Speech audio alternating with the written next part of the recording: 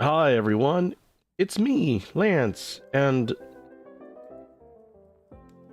And Anna, sorry, I didn't realize you were waiting for me to introduce myself. Uh, let me.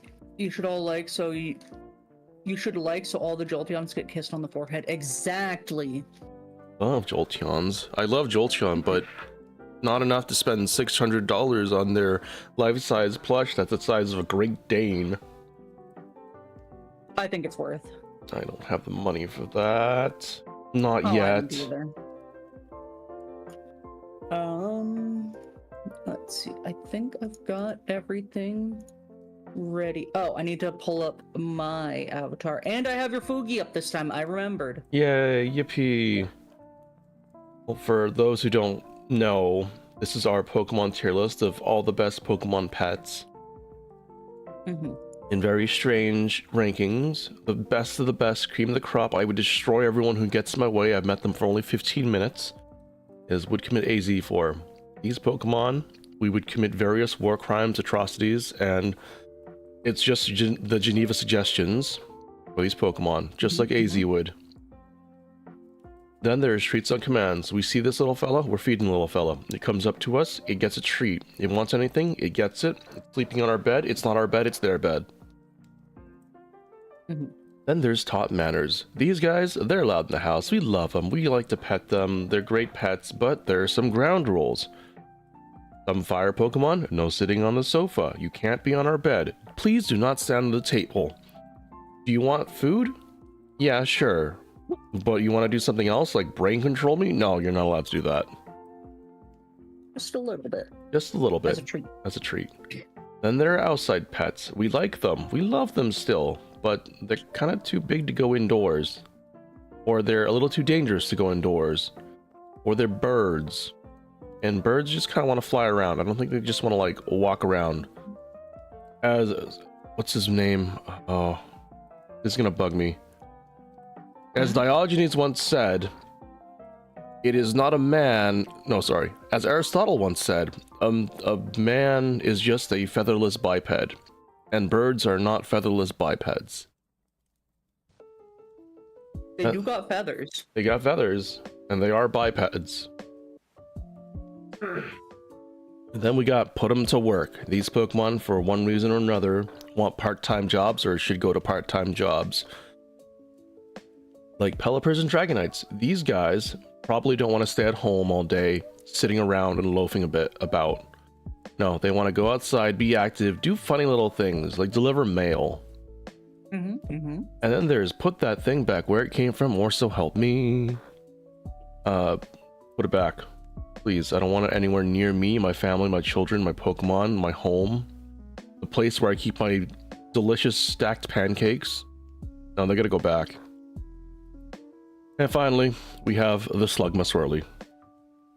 We're gonna take these guys' faces and put them into the side of a Slugma and just, like, hold it there.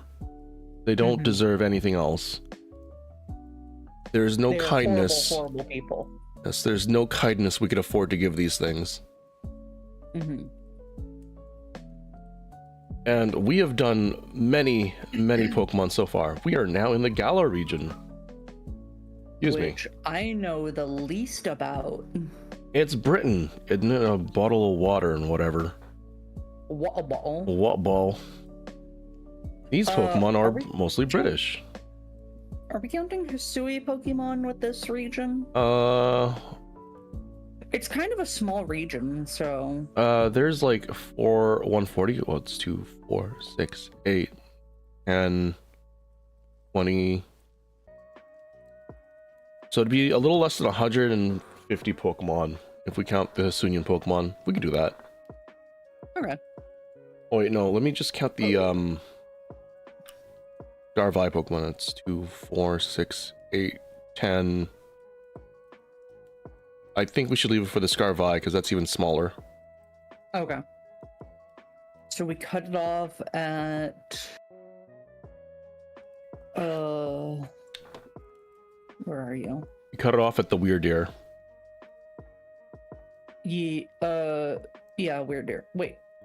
Yeah, right before Weirdeer. Right before Weirdeer. The Galarian Stunfisk, which I absolutely loathe. Yeah. Hate Sunfisk. It's Get me such a pictures of Sunfisk meanie. and put them in the toilet. Mm-hmm. I don't even know why this one looks like a bear trap. It's- Regardless of size and appearance, they all look like good cuddlers. Yeah, but some will steal your soul. That's true. Some will steal your soul. And James the cat boy says hello to both of us. Hello, James the cat boy. Didn't Diogenes one time mock Plato for that statement about featherless bipeds by bursting into his lecture hall and yelling around with a plucked chicken? Behold, a man. Yes, he did. I love Diogenes. He is the first troll in recorded history. I say recorded history because there's probably more. Like to go on a little absolutely. tangent. There were a group of slingers, people who throw rocks in slings, and that was their sole job to do in, I believe, the Roman army or something about that. And as a joke, they would carve insults on the rocks, like your mom. Real Based. fact, it happened. Hello, Lance fan. Yeah, so anyways, back to our rookie. If you didn't know, the trio starters for this generation at least is based off of British pop stuff. So you've got the rock band, the Grookie, like the Beatles. You've got the soccer player or football player, because they love their football leagues. And then you have the 007 Intellion intelligent spy. How do you feel about monkeys? 007 is British? Pardon? Yeah, 007's British. James Bond. He's Brit. Interesting. I'm kind of meh about monkey. Grookey, I'd probably teach it manners.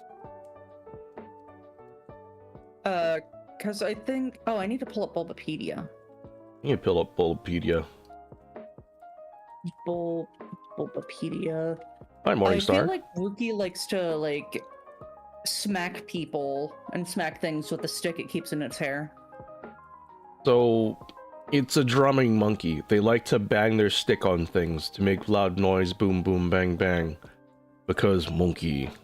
I particularly don't like monkeys. I've already said this before.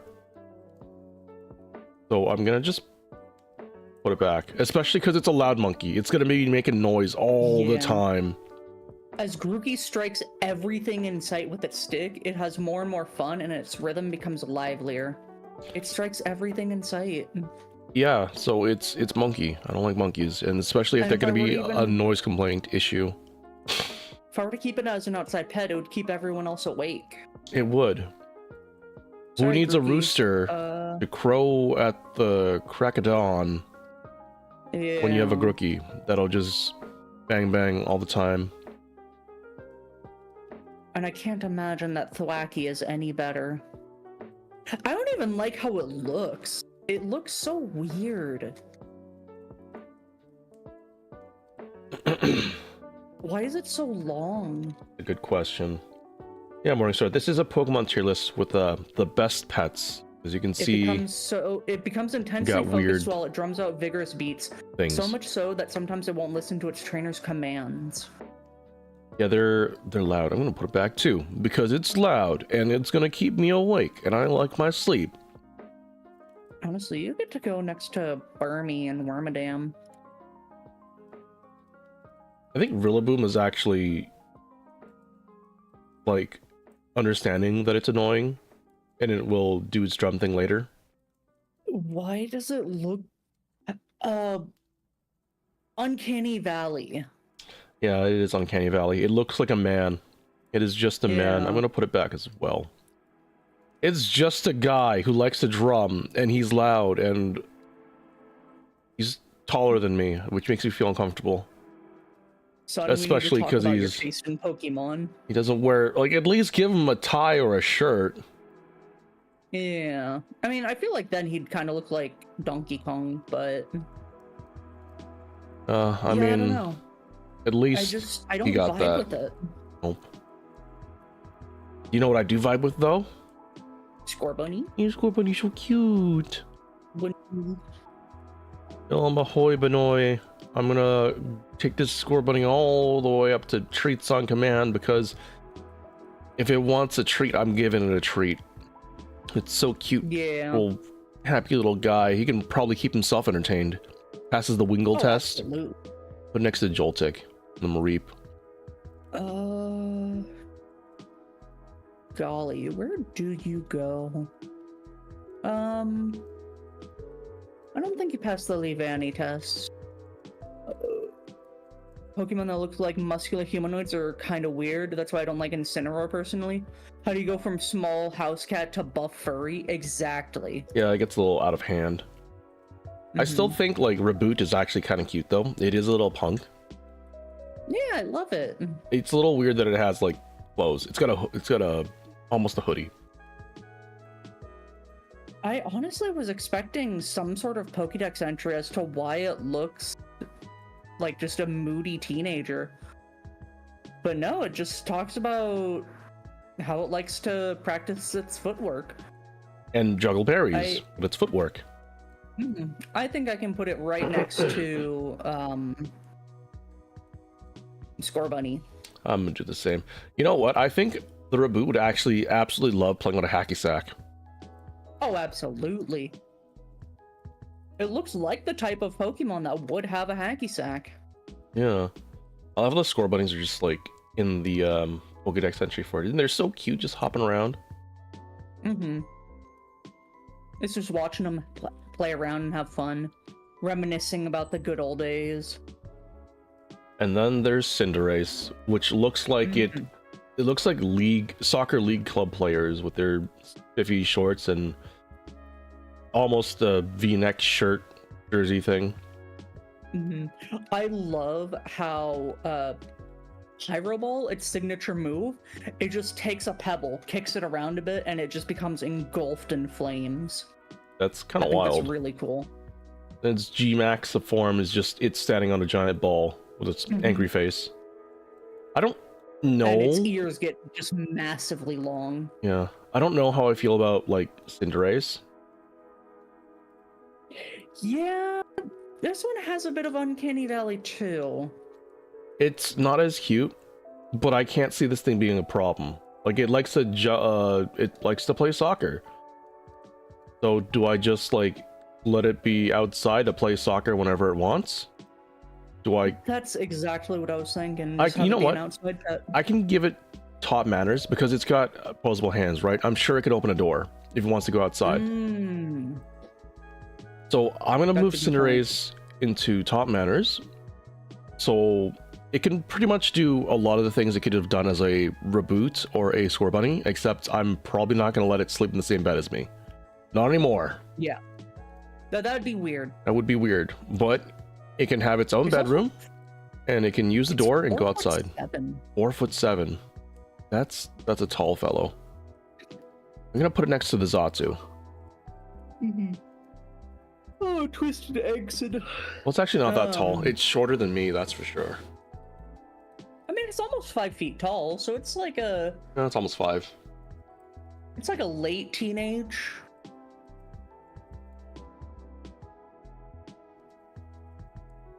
The funny thing is, a lot of these Pokemon do have a level of sentience that's like similar to ours, so at what point are they just people that can't speak our language? Yeah. Like Meowth can speak human. I feel like some of the psychic type could.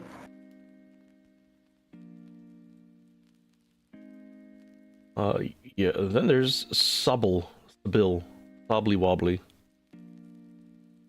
You know, I was thinking about this. They show it, like, camouflaging itself in the promotional materials for the games and even in the anime. It cannot learn camouflage. It can't, well, it only camouflages itself when it's wet. That's what it says. When it gets wet, its skin changes color and this Pokemon becomes invisible as if it's camouflaged. Yeah, but it shows it doing it in the anime and it's just standing on grass. But it was crying. So it was getting itself. You know what? You got me there. Yeah. Apparently, its tears have like enzyme or something that's like the punch of 100 onions, so attackers won't stop crying. You'd really have to like make sure your Sobble is not upset spaghetti, otherwise you're gonna be like, crying as well, and it's gonna hurt your eyes a lot. Yeah. Although these guys can still have treats on command. They're cute little lizardos. I was looking at its Pokédex image. I don't like that the tiers do that. I did not realize its hands and feet looked like that. Yeah, I don't like that. They're like little Golbat, what do you call it? Golbat feet. It's weird. Yeah. Sobble is gonna go like really close to the bottom though, next to Celebi, the Onion Fairy of Treats on Command. Yeah, I think it is cute, and it probably just wants some love. It does. I just don't vibe with it that much. It's weirder when it evolves though. Like it starts to get Uncanny Valley kind of jankiness. I think I'd do Treats on Command just to keep it inside, because it looks like it would want to stay away from as many Pokemon as possible. Oh, definitely. Drizzle, though. Let's read your Pokedex entry. Clever combatant using water balloons with its moisture screened from its palms. Oh, ew, it's got the long tongue. Highly intelligent, but also very lazy. Keeps enemy out of its territory by laying traps everywhere. I think this would have to be like top manners or just put it back. Because if it's going to leave traps everywhere, that's a problem. Yeah, I think I'd feel better about just putting it back. I'll put it near like the bottom of taught manners. This thing it's going to take a lot of training to do. Next to the type float. No, that's outside pet.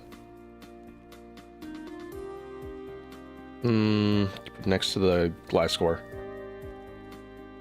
And then there's Inteleon, which I'm assuming you're going to want to put back. It's really close to the Uncanny Valley. It's literally just a dude, a really sassy, slender lizard dude. It also has a sniper. It is a sniper. And apparently it can glide. Shoots water at Mach 3. That's enough to like remove someone from existence. Yeah. I mean, I'm sure it's really smart, so it knows not to remove people from existence for no good reason. But it's still like I don't feel comfortable having a really slender, sassy, 6'3" lizard in my proximity. Its tail extends to give it its sniper tower. I don't like that. Yeah, that's kind of weird. You can go back. How far they tried to back? translate 2D stringy tiers to 3D and it doesn't look good. No, it really doesn't. You can go next to the Frostlass, because I think it could keep Frostlass at bay. We can only hope so. How do you feel about a Scovit? It's a Squirtle. I think it's so cute. Look at how happy it is in the Pokédex images. It's got these nuts, or all nuts, literally all berries and nuts. Mm-hmm. It'll stuff pebbles into its cheeks to stave off cravings if there are no berries around. Oh my goodness. So it needs treats on command, otherwise it's just gonna go crazy with pebbles. Always anxious about getting hungry again. Just a little guy. He's a hungry little guy. You can put him next to the Pichu. How big are you? You're a foot. Put you right behind Roserade. I don't like Greedent though. It's a little cute, but it's also like a big old fatty. He's so chunky. Although, Greedent is a menace in Pokerogue, if you've seen the Greedent yet. How is it 2 feet tall and only 13 pounds? It's all fluff. It's just a really chunky, fluffy fellow. Like, I'm sure if I like... Pokédex images for it. Yeah, they're kind of just like around. You know, I really didn't like Greedents at first, but the more I look at them, the cuter they actually get. They are kind of cute. I don't know if I could give them treats on command, though, because these guys, they stash berries in its tail. and they're gluttonous. They're super gluttonous. I think I'd keep it as an outside pet. I think I can... Let it just roam around, find some berries. You know what? That's probably the best idea. It can have food when it wants food, but if it wants to, like, do things, it can do things. I will put you... You know what? I think it would vibe with a Regigigas. The Regigigas would just stand there and the Greedent would just, like, stare at it. Do you think Regigigas could grow berries on its, like, moss on its shoulders? I don't think so.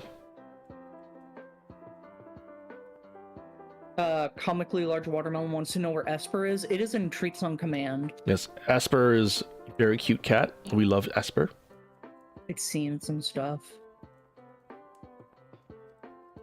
But yeah, Greedent is, it's an interesting one. Big old little fatty, that's what it is. It's a bit of a menace in Pokemon Unite as well. Is it really? Mm-hmm. I haven't... When it's damaged in games, a Lepa Berry falls out of its tail. Oh. I mean, its tail is just like stuffed with berries, so I'm sure any weight that it has is literally just food weight. Mm-hmm. It's just a little goofy goober. Then there's Rookity, also tiny. Keep them away from Tinkatons though, because Tinkatons will kick their butt. I do find it really funny that the white near its eyes is just like feathers. Yeah, it's just a pattern, which is interesting. I thought it was like a part of its eye, but no. The white on a Rookity is just a pattern. Yeah, because if you see it blink, it looks kind of weird. But oh, what do you call it? It's a defense mechanism. You know how some Pokemon will have like the Arbok has the pattern on its big old face thing, but it's not its face. Yeah, and Masquerain has its pattern on its wings. Yeah. So with the bigger eyes, it's more intimidating looking. So people are less likely to mess with it, especially if it looks like its eyes are always open. You're not gonna mess with it. Yeah. I think Rookity is small enough to actually just like keep around in your home. Mm-hmm. I think I'd have to teach it manners though, because it seems to like want to pick fights all the time. Yeah. Brave and reckless, white markings on its eyes. Yeah, females are fussier than males. If another creature dirties its wings, it'll peck its offender recklessly. Or relentlessly. Yeah, you know what? Rookity can probably be near the top of like top manners. It is just a burb. I'll keep it next to the Starly, although they would probably fight a lot. Oh yeah. Corvusquire is getting bigger. It's 2 feet. It is a big bird. I mean, if it's 2 feet, it's probably got like a 4-foot wingspan or something. What's your dex entry say, Squire? Use tools in battle. These Pokemon have been seen picking up rocks and flinging them or using ropes to wrap up enemies. Oh, so I could like have it in top manners. It can open doors and whatever. Yeah? Hey, Corvusquire, can you hit the lights? Thank you. Hey, Corvusquire, turn on my Xbox, please. Thanks, buddy. I feel like it would just randomly turn it off just to mess with you, though. I mean, if you don't feed it, maybe. Because these birds are intelligent, right? So they obviously have loyalty as well. Fair. Corviknight is huge. Yeah, and they carry taxis all the time in Galar. Yeah. They are 7 feet, and they weigh 165 pounds. I completely forgot that Corviknight had a Gigantamax. That's true. No one uses Gigantamax anymore. Yeah. I can't even get that in Pokerogue. Yo, it's not even worth it. I get the backspan and I never get the thing to Gigantamax. The Corviknight is a really cool regional bird. It's super, super cool. Although I think because of how it is. They do taxi services all the time. It's probably best to put the Corvus Knight to work. Oh, absolutely. But it'll come home to some treats. Yeah, we'll come home to some treats and pets, and we'll groom it. I think it looks pretty cool. It definitely is cool. Super cool. But if it comes to steel flying types, I like Skarmory? Skarmory better. Yeah, that's pretty cool. Yeah, I had pretty good use there. Blip bug. Blip blug. Blip blip blip blip blip blip blip blip blip blip. It's a little nerd. It's a nerd emoji. It's nerd emoji. Often found in gardens, this Pokemon has hairs on its body to assess its surroundings. It's just a bug. There's nothing notable about this bug, except it's got a bow tie and really big old eyes. And little nubbins. I'm meh about it, so I'll just have it as an outside pet. I think it's really meh too. The design is interesting, but it's not lovable. I mean, it is a little lovable, but it's not like super interesting. Yeah, I'll keep it with the pet rocks. I'm sure they'll get along. Probably. Dottler, though, is interesting. Rather than like a cocoon, I do like Dottler's design, but not enough to where I would do crazy things for it. It barely moves, but it's alive, hiding in its shell without food or water. It has seemed to awaken psychic powers, so it doesn't even move. It's essentially a pet rock bug. Yeah, it grows inside of its shell. Huh. So... Pet rock? Pet rock! Yippee, pet rocks. Orbeetle looks really mean. It's a really interesting design. Really strange, though. Famous for its high-level intelligence, the size of its brain is also proof that it processes immense psychic power. Oh no. It's probably smarter than me. Oh. Yeah. It's Modok, the Pokemon. Modok? Modok. Oh, you're not a big Marvel fan. Oh, Modok. Oh. Yeah, Modok.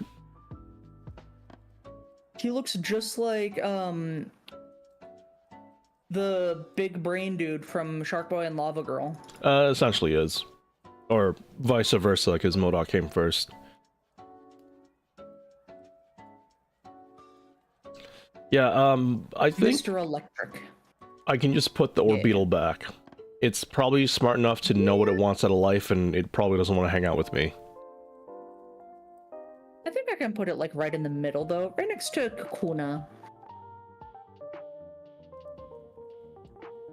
How do you feel about the thieving little fox? I think it's adorable, but yeah, I think it's mean. Not really. Well, kind of. It just steals food. Aided by soft pads on its feet, it's got really soft paw pads. That's a big seller. It silently raids food stores of other Pokemon and survives off ill-gotten gains. So, I'm guessing if you want to feed this Nickit, you'd literally have to keep food in places for it to steal. You wouldn't feed it directly. You just like put food. You pretend, oh, I'm gonna eat this food. Don't take my food. I'm just gonna walk into the next room. Don't do it. And then you'd walk into the next room and it'd eat its food. I'll give it treats on command. Well, treats on command being the food I leave out for myself, but actually it's for it and it doesn't know. You'd have to play this song and dance with the Nitwick every time. Yeah, but it's cute. It is cute. I'll put it next to the Poochyena. And the other dex entry, it erases its tracks with swipes of its tail as it makes off with its plunder. So its tail is like a broom. Essentially, it's just it is a duster. Oh, I can't wait to like touch its little paw pads though. If it's super soft like that.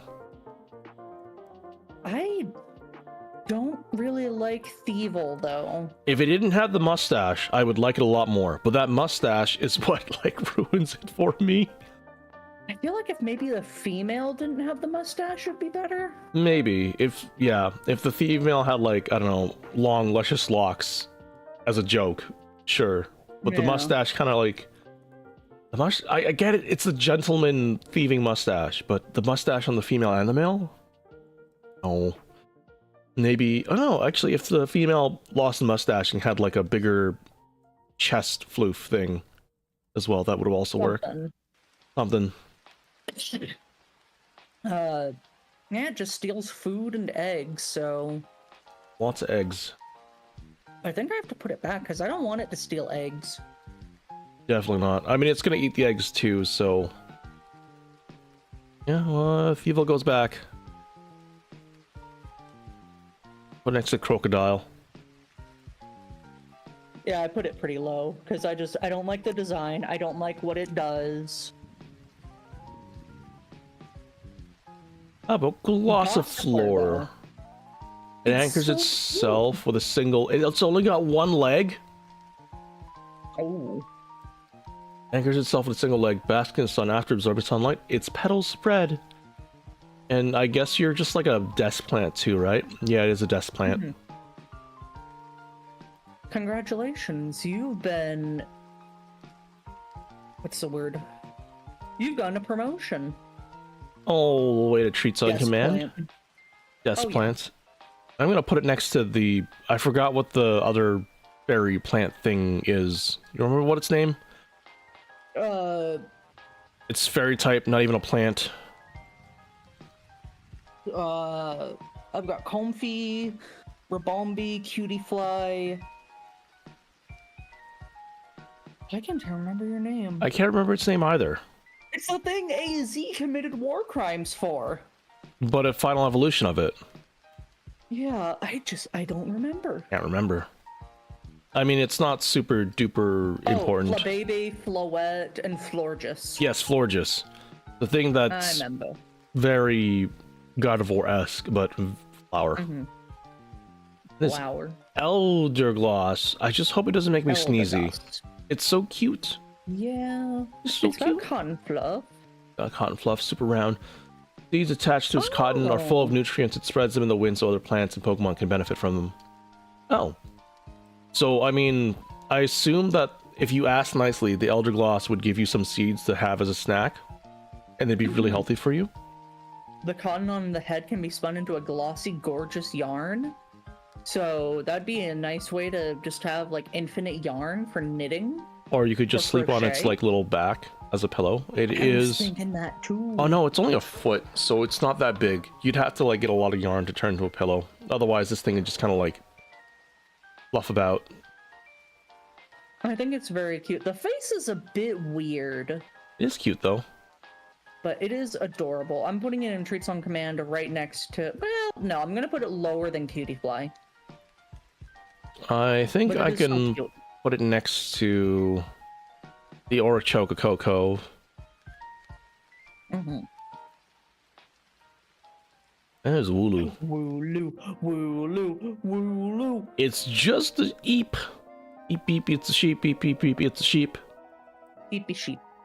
Its curly fleece is super effective cushion. This Pokemon could fall off a cliff and stand right back up, unharmed. As we've seen a lot. It's Honestly, 2 feet. I think I would commit AZ for Wooloo. I love Wooloo. It's so cute. I don't think I would commit AZ for it, but it can get treats on command. I'm sure it can take care of itself. If it could get like kicked around and be fine after because of its massy fluffy, I'm gonna put it next to the Mareep. They just roll around. Just roll around. Yo, question. What's up, the guy? While you type that out. Double, though. I don't like double as much. It's Angie. It is Angie. If you weave a carpet from it, stringy wool and you'll end up with something closer to a trampoline. oh, You'll start to bounce the moment you set foot on it. Oh, they never use the horns in battle. that's interesting. Interesting. Yeah, literally every Pokemon. I mean, it doesn't seem like it's a menace or anything. It's kind of just there. Yeah. I do like the shinies for both of them. Shiny look For like. double, it just reverses the colors. Oh, that's kind of funny actually. And Wooloo is just the black sheep. Oh. Well. I think I could outside. teach double manners. I How don't big is it? know. Oh. It's 4 feet. That's tall. You gotta assume how outside. thick it is too. Yeah, it's fluff. Yeah, I'm gonna put it. It doesn't pass the Linoon test, so I'll put it right there. Put next to Lanoon. High outside pet. I will put it next to the Bitey Boys. And speaking of Bitey Boys, Choodle. It can go with the Bitey Boys. Snapping turtles are very, very dangerous. Yeah. You know what? I'll put them back. I will put the snapping turtles back. Because these things will bite anything in front of it too, right? Yeah. And snapping turtles do have the bite force to take off limbs. Yeah. They're a bit scary. You can go next to the Basculin.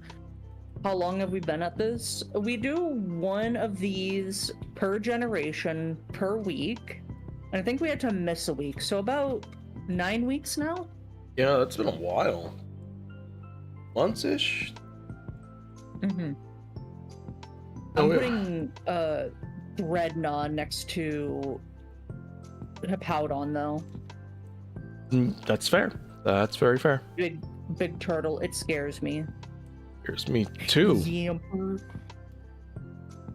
You can go next to the truant ants. Yamper though, he's a good boy. Fluffy little fellow. He's so cute. Big old yappy little pupper.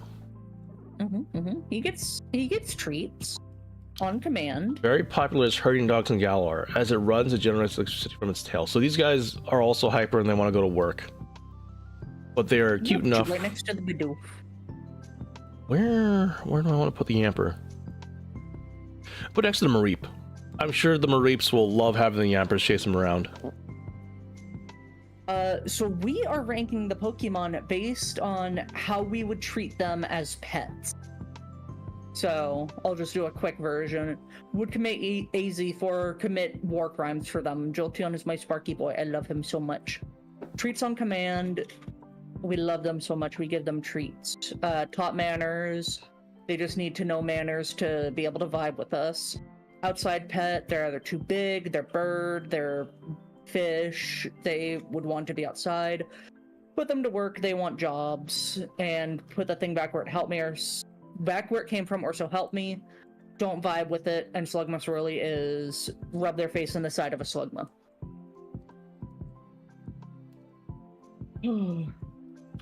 Yippee. How do you feel about Boltund? It's a working dog. He's a good boy. He's a good boy, definitely. It's a working dog. They can run at 50 miles per hour. Oh my goodness, that's fast. I think I've got a new top for put them to work. I think so too. Like, if the Yamper likes to be used as a herding dog, then Boltund is probably also gonna be a really good herding dog or a racing dog. It can run non-stop for 3 full days. Oh my goodness, it has the zoomies. No, Dragonite's still the top for put him to work for me. I love Dragonite. I put Pelipper above Dragonite, but now Boltund is at the top. He's a good boy. It's Dragonite, Pelipper, then Boltund for me. They're all close. They're all really good.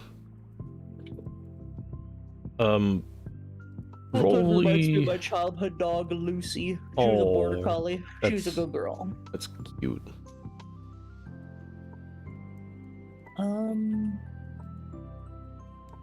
How do you feel about Roly-Poly, though? It's a pet rock that's actually faster than most pet rocks. Yeah. I don't really like its design.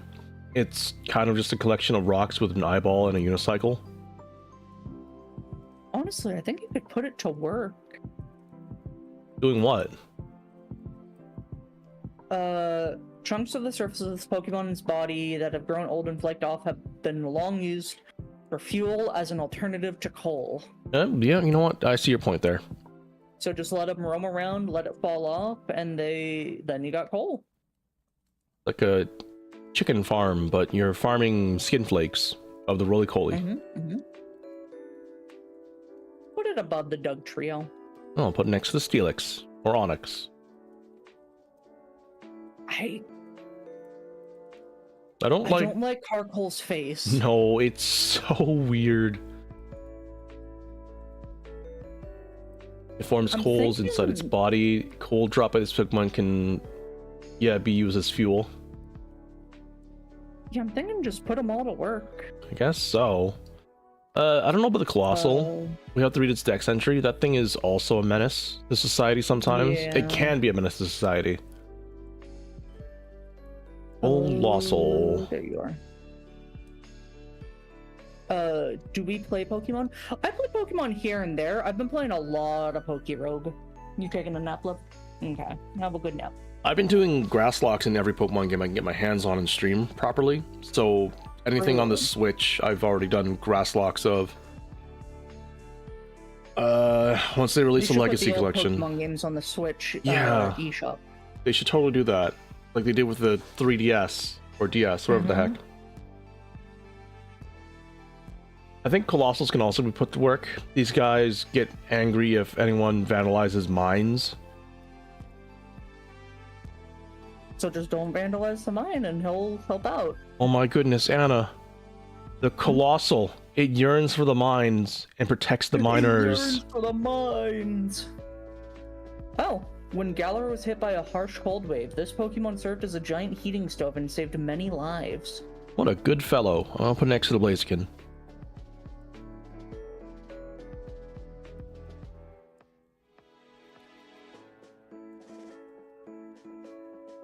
Is there a smash or pass stream next? No. No, we are not smashing the Pokemon. We are petting them. How do you feel about Applin? I don't know. Yeah. Colossal is 9 feet tall. Yeah, it's big. I really don't know how I feel about the Applin. It's like, from what I see, it's just an apple, but it's definitely not just an apple. I mean, it's the worm inside the apple. It is a worm inside the apple. Have you seen the an Applin out of its apple?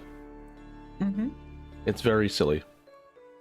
Just a little wormy guy. I mean, I don't know. I really don't know. I'm gonna say outside pet. Let it be near the apple trees. Does it like being near apple trees? It spends its entire life inside an apple. It hides from its natural enemies, bird Pokemon, by pretending it's just an apple and nothing more. As soon as it's born, it burrows inside an apple. Not only does the apple serve as a food source, but the flavor of the fruit determines its evolution. Yeah, I'm just gonna put it with the pet rocks. Yeah, I guess so. It kind of just vibes there. You can have Applins and not even know you have Applins. Have an apple tree just for the Applins. But next to apple though. Rodel. Oh, sorry, that's Top Manners. No. It'll put you next to the Torterra. Flaplin. I don't like Flaplin. It looks kind of weird. Does. It's small. It's a flappy appy. And it's a little weird. It ate a sour apple, and that induced its evolutions, and its cheeks it stores acid capable of causing chemical burns. Ooh. It flies on the wings of its apple skins and can produce powerful acids. It can change its shape into that of an apple. So it's small. And it can spit acid.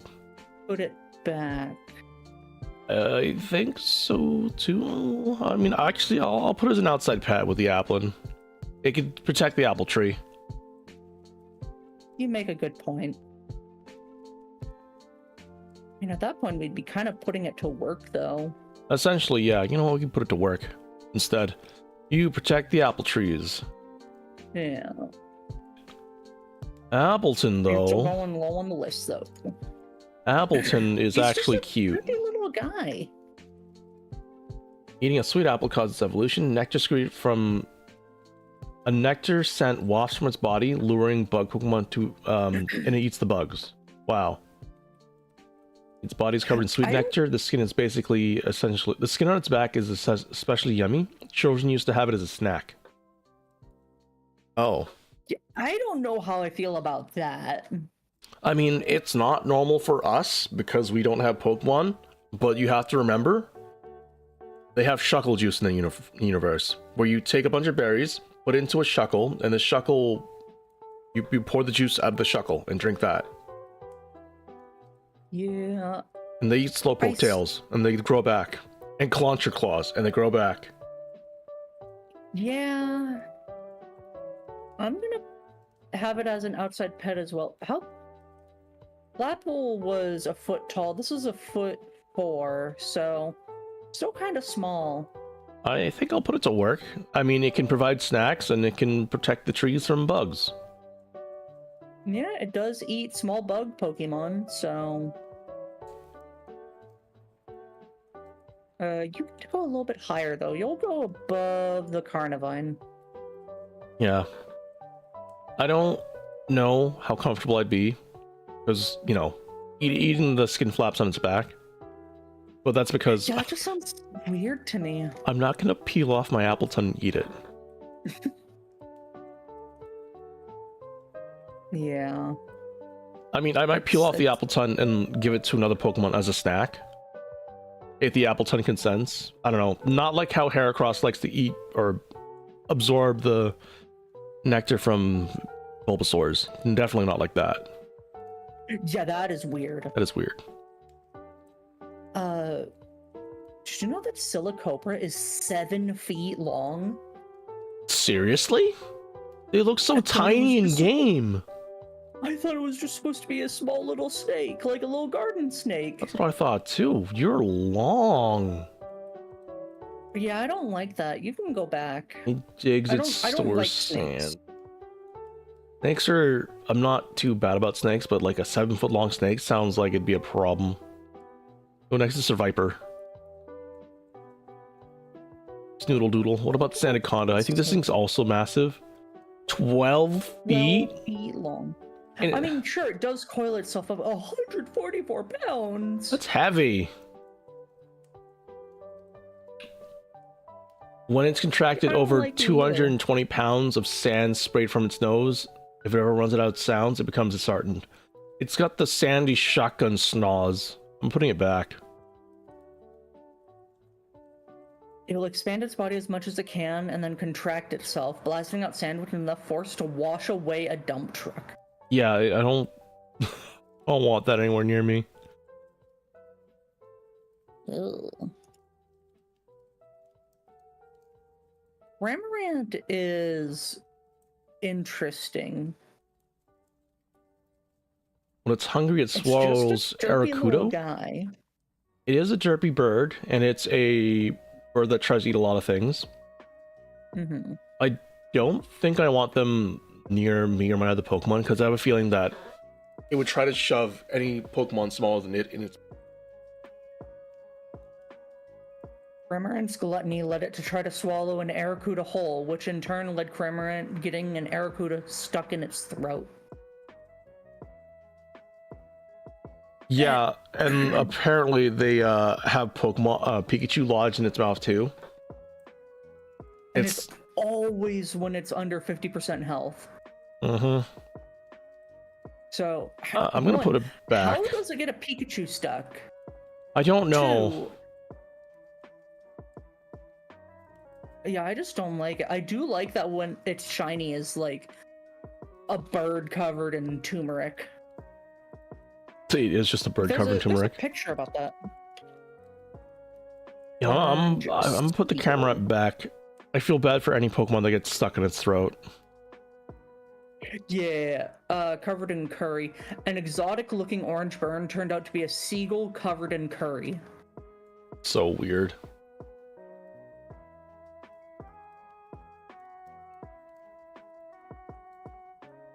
Yeah, I just don't like it. I'm gonna put it back.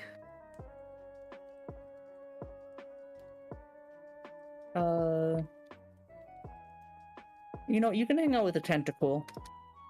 You know what? I think Tentacle will get stuck in Aracuda's mouth a lot. No, I'm gonna put next to the Gulpin. They essentially do the same thing, except one flies. Where did I... There's Gulpin. Yeah. Because they both just like to eat stuff. Like to cram stuff in their mouth. How do you feel about the Aracuda Barracuda? Ooh, Barracuda. I don't like fish. Fish creep me out. Barracuda, especially with it being a barracuda, I can have Barracuda as an outside pet with the other fish. I don't think you can, because these things go super fast, and if they go super fast, that means you need a large body of water for these fish. They can swim only in a straight line. Yeah. Okay, you get to go back. You can hang out with Kyogre, I guess. Well, no, you can hang out with Feraligatr. Barracuda, Barrascuda, sorry. It scares me. I don't like how it has an angry villain mustache on it. I almost want to give it a Slugma-Swirly. I mean, they're not menace to society. They're just, you know, predator fish Pokemon. Yeah, and I don't like it. Oh, it swims at speeds over 100 knots and battles fiercely with pods of Finizen over prey. Oh, so it fights the dolphins. Mm-hmm. Yeah, you gotta put them back. But you might actually, you know what? They try to eat Wingles if they fly too close. Slugma-Swirly? Slugma-Swirly. Slugma-Swirly. Your own Slugma-Swirly is like the opposite of the rating for me. The higher up they are, the more I want to give them a Slugma-Swirly. Oh yeah, that's their well, the lower they are, the bigger the Slugma-Swirly for me. I mean, they all just kind of like fit there too. Then I need to move these a little bit. It's weird. It's weird. Yeah. We just need a lot of Slugmas. The less you want to. Genesect needs to be at the top of it. How do you feel about Toxel, the electric poison type that wears a diaper for some reason? I don't like it. It's... what was it? It evolves at like level 60 or something, I think. And so, okay, so if you look at it shiny, it looks like a couple of nerds, like the candy nerds. Level 30. 30, not 60? Okay. Yeah, that is an interesting color for its shiny. Like I said, it looks like those nerd candies. It's weird. Yeah. What do you do? It sits there. It stores poison in its internal sac and secretes the poison through its skin. If you touch this Pokemon, a tingling sensation follows. It's probably not super toxic, because it just tingles. It drinks dirty water. Huh.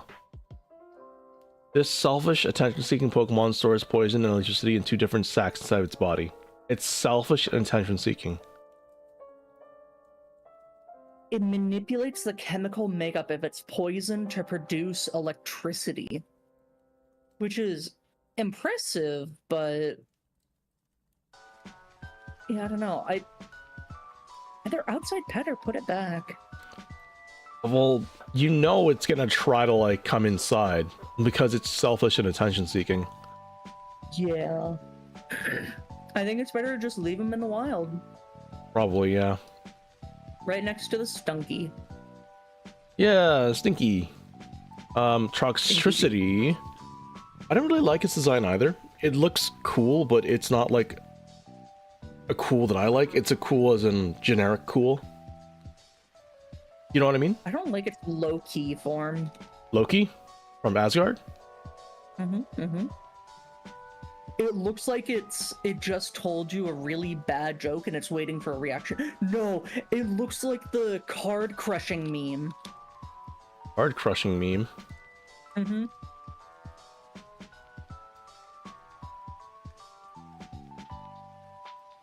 Here, I'll send it to you. Oh, I see.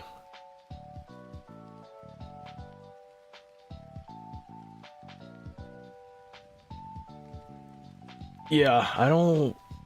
Okay, let's see. I mean, if you vibe with them, you vibe with them. I think I'm gonna put these back as well, though. Yeah.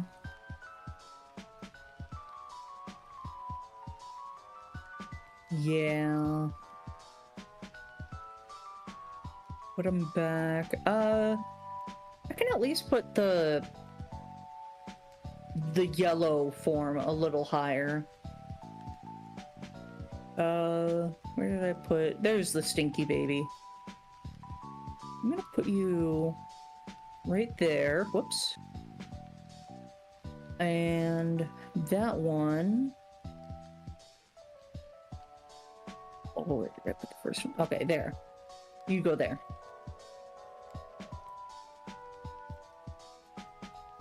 How do you feel about the centipedes? I think they're cool, but they are a menace. Ooh. Yeah. It wraps prey up with its heated body, cooking them in its coils. Once they're well done, it will voraciously nibble them down to the last morsel. They are vicious. Yeah, I think if you have a Sizzlepede or Senscorch, they are actively fulfilling a role. They are actively going out of their way, finding Rattata and just like eating them and stuff like that. So you either put them to work or you put them back, because these things they're dangerous. Yeah. Well, how big are they? Only 2 feet. 2 feet long. I mean, that's decently big. Oh no. Okay, I'm reading its Scorch dex entry, and they're excessively hostile. They get to go back. They both get to go back. They're super hostile. They will fight you. They will eat everything. Them be fighting mons. Well, that's unfortunate. They're I thought cool. it was really interesting when I played Sword, but I don't know. Essentially, it's just like a physical Volcarona. Yeah. Although fire doesn't have a lot of physical moves that bugs can. Anyways, is it physical or is it special? I think it's Fire Lash. I'm pretty sure it's physical. Yeah, it's physical. It's got 115 physical attack. SP attack is 90. SP defense is 90. It's really rounded. Yeah. It does get Fire Lash at level 53. I mean, for a bug type, it's very good coverage if you don't have access to a Volcarona, but I don't... These things are little menaces to society.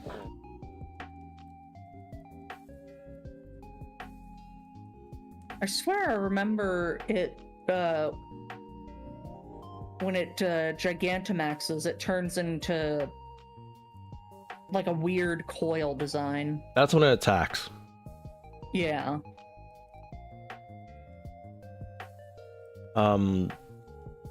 Octopus?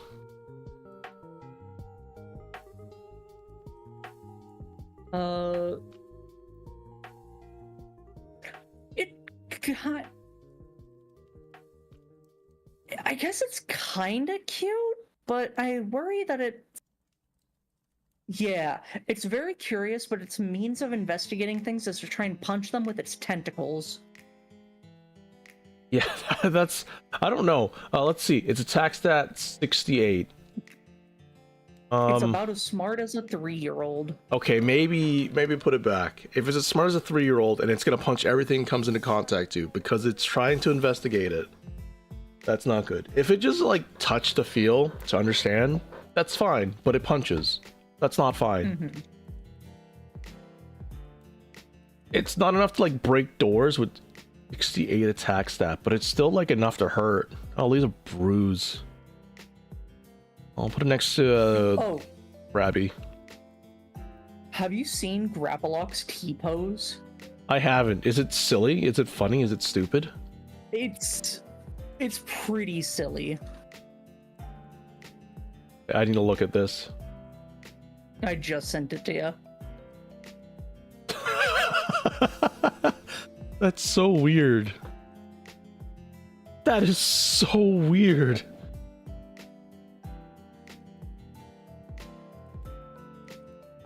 Why does it have one tentacle off to the side in its T-pose? It's the tentacle that wraps around its body. That's so weird. Yeah, and I guess that does put it at 8 tentacles. It is 8 tentacles. I do find it interesting that it's only a fighting type, not a water fighting type. I mean, we have enough of those, I feel. Water fighting types? Yeah, don't we? Like, there's the Ursafu, and then there's Poliwrath. We have enough really good water fighting types. Fair enough. Oh, then there's Kulavel. Like I'm also going to put this back. Apparently, it's all muscle. And then it tries to grapples everything. Yeah. And Golisopod is the natural predator or prey of Grappalock, depending on who wins the fight. that's kind of wild.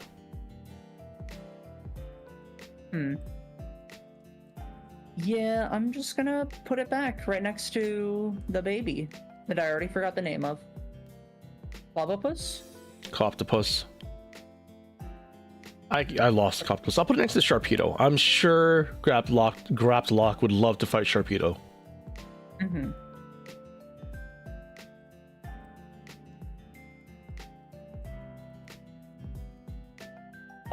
How do you feel about Sinistea?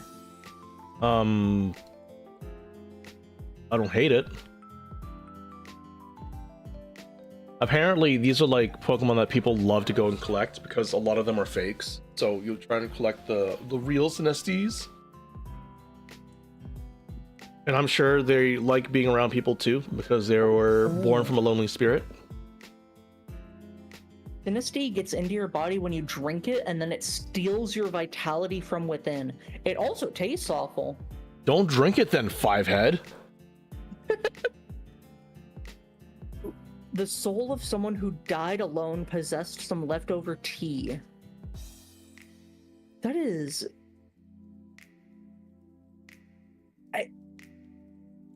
I mean, yeah, there's no entries about it. Like, yeah, if you drink it, then it'll steal your vitality, but otherwise, I think it just vibes. It just vibes. Just be conscious of your surroundings.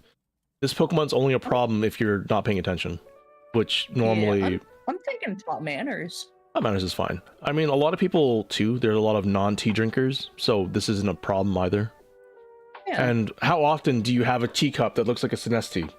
A lot of people just use mugs. Well, it even shows a picture of a teacup before Sinistea has possessed it. Yeah, and so, like, if you know Sinestees look like that specific teacup, you're not going to drink from it, right? Yeah, exactly. I'm going to put it next to the But I do Bronzor. wonder if it can take over other, like, cups and things like that. It probably can, but it probably has, like, a preference, which is why they all look very similar.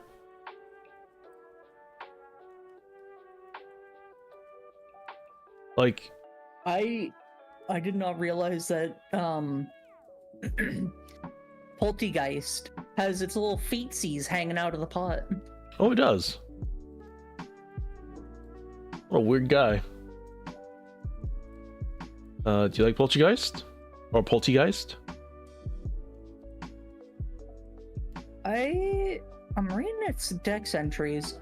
Leaving leftover black tea unattended is asking for this Pokemon to come along and pour itself into it, turning the tea into a new Poltegeist. Wow, so it breeds via Teimosis. Trainers Poltegeist will be allowed to experience its distinctive flavor and aroma firsthand by sampling just a tiny bit of its tea. Ooh. When angered, it launches tea from its body at the offender's mouth. The tea causes strong chills if swallowed. So you can drink a little bit, but if you drink too much, it'll be fatal. Yeah, the tea composed of its Poltegeist body distinct enjoyable flavor. Drinking too much can be fatal. A Poltegeist disposition is affected by the type of tea the Pokemon came from. What teapot it inhabits makes no difference. That's interesting. I think I could put it in Traits on Command. Or not Traits on Command, Top Manners? Top Manners, yes. I think Top Manners is also, like, pretty alright for this thing. Oh, next to Numel. Like, imagine just having a house with just a couple of Poltegeist and Sinistes. Yeah, they just kind of hang out with each other, I assume. Mm-hmm. I don't like how there's a Poltegeist just, like, exiting from its spout, and then there's just a couple just floating around in its pot. Yeah. The spout one's kind of creepy.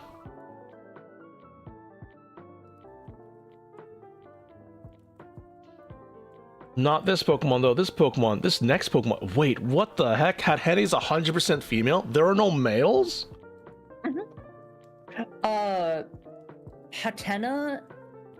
Hatena's line and Impidimp are like opposites. So Impidimp is 100% male, Hatena are 100% female. Checks out. I think Hatena can get treats on command. Looks like the little sleepy fellow from Kirby. Sleep Kirby, that one. Oh yeah. Oh. Because the emotions of others constantly flow into its head, this Pokemon prefers environments where no other creatures live. Oh. It senses the feelings of other living creatures. Be careful not to expose it to strong emotions for too long, or it will end up exhausted. Or Bella. It can have treats on command. Positive vibes only. If you want to come over to my house, positive vibes only. Next to the Glossifleur. Yeah, it's cute. Cute. Actually, I'll put it next to the Gardevoir or Ralts, because they're essentially the same thing, right? I mean, my Gardevoir line is in would commit AZ for, so... Oh, mine's in treats and command. I can't really do that. No. Well, I'll put it next to the Gossifleur. I do like it, but just not as much as Ralts. It is cute, yeah. And there's the Hatterem. The reason why I will get to when we get to Hatterene. Hattrem is a cute little thing. Oh. No matter who you are, if you bring strong emotions near this Pokemon, it will silence you violently. I guess good vibes only. You can't have strong emotions, so good vibes, not great vibes. Yes, good vibes. Using the braids on its head, it pummels foes to get them to quiet down. One blow from these braids would knock out a professional boxer. Ugh.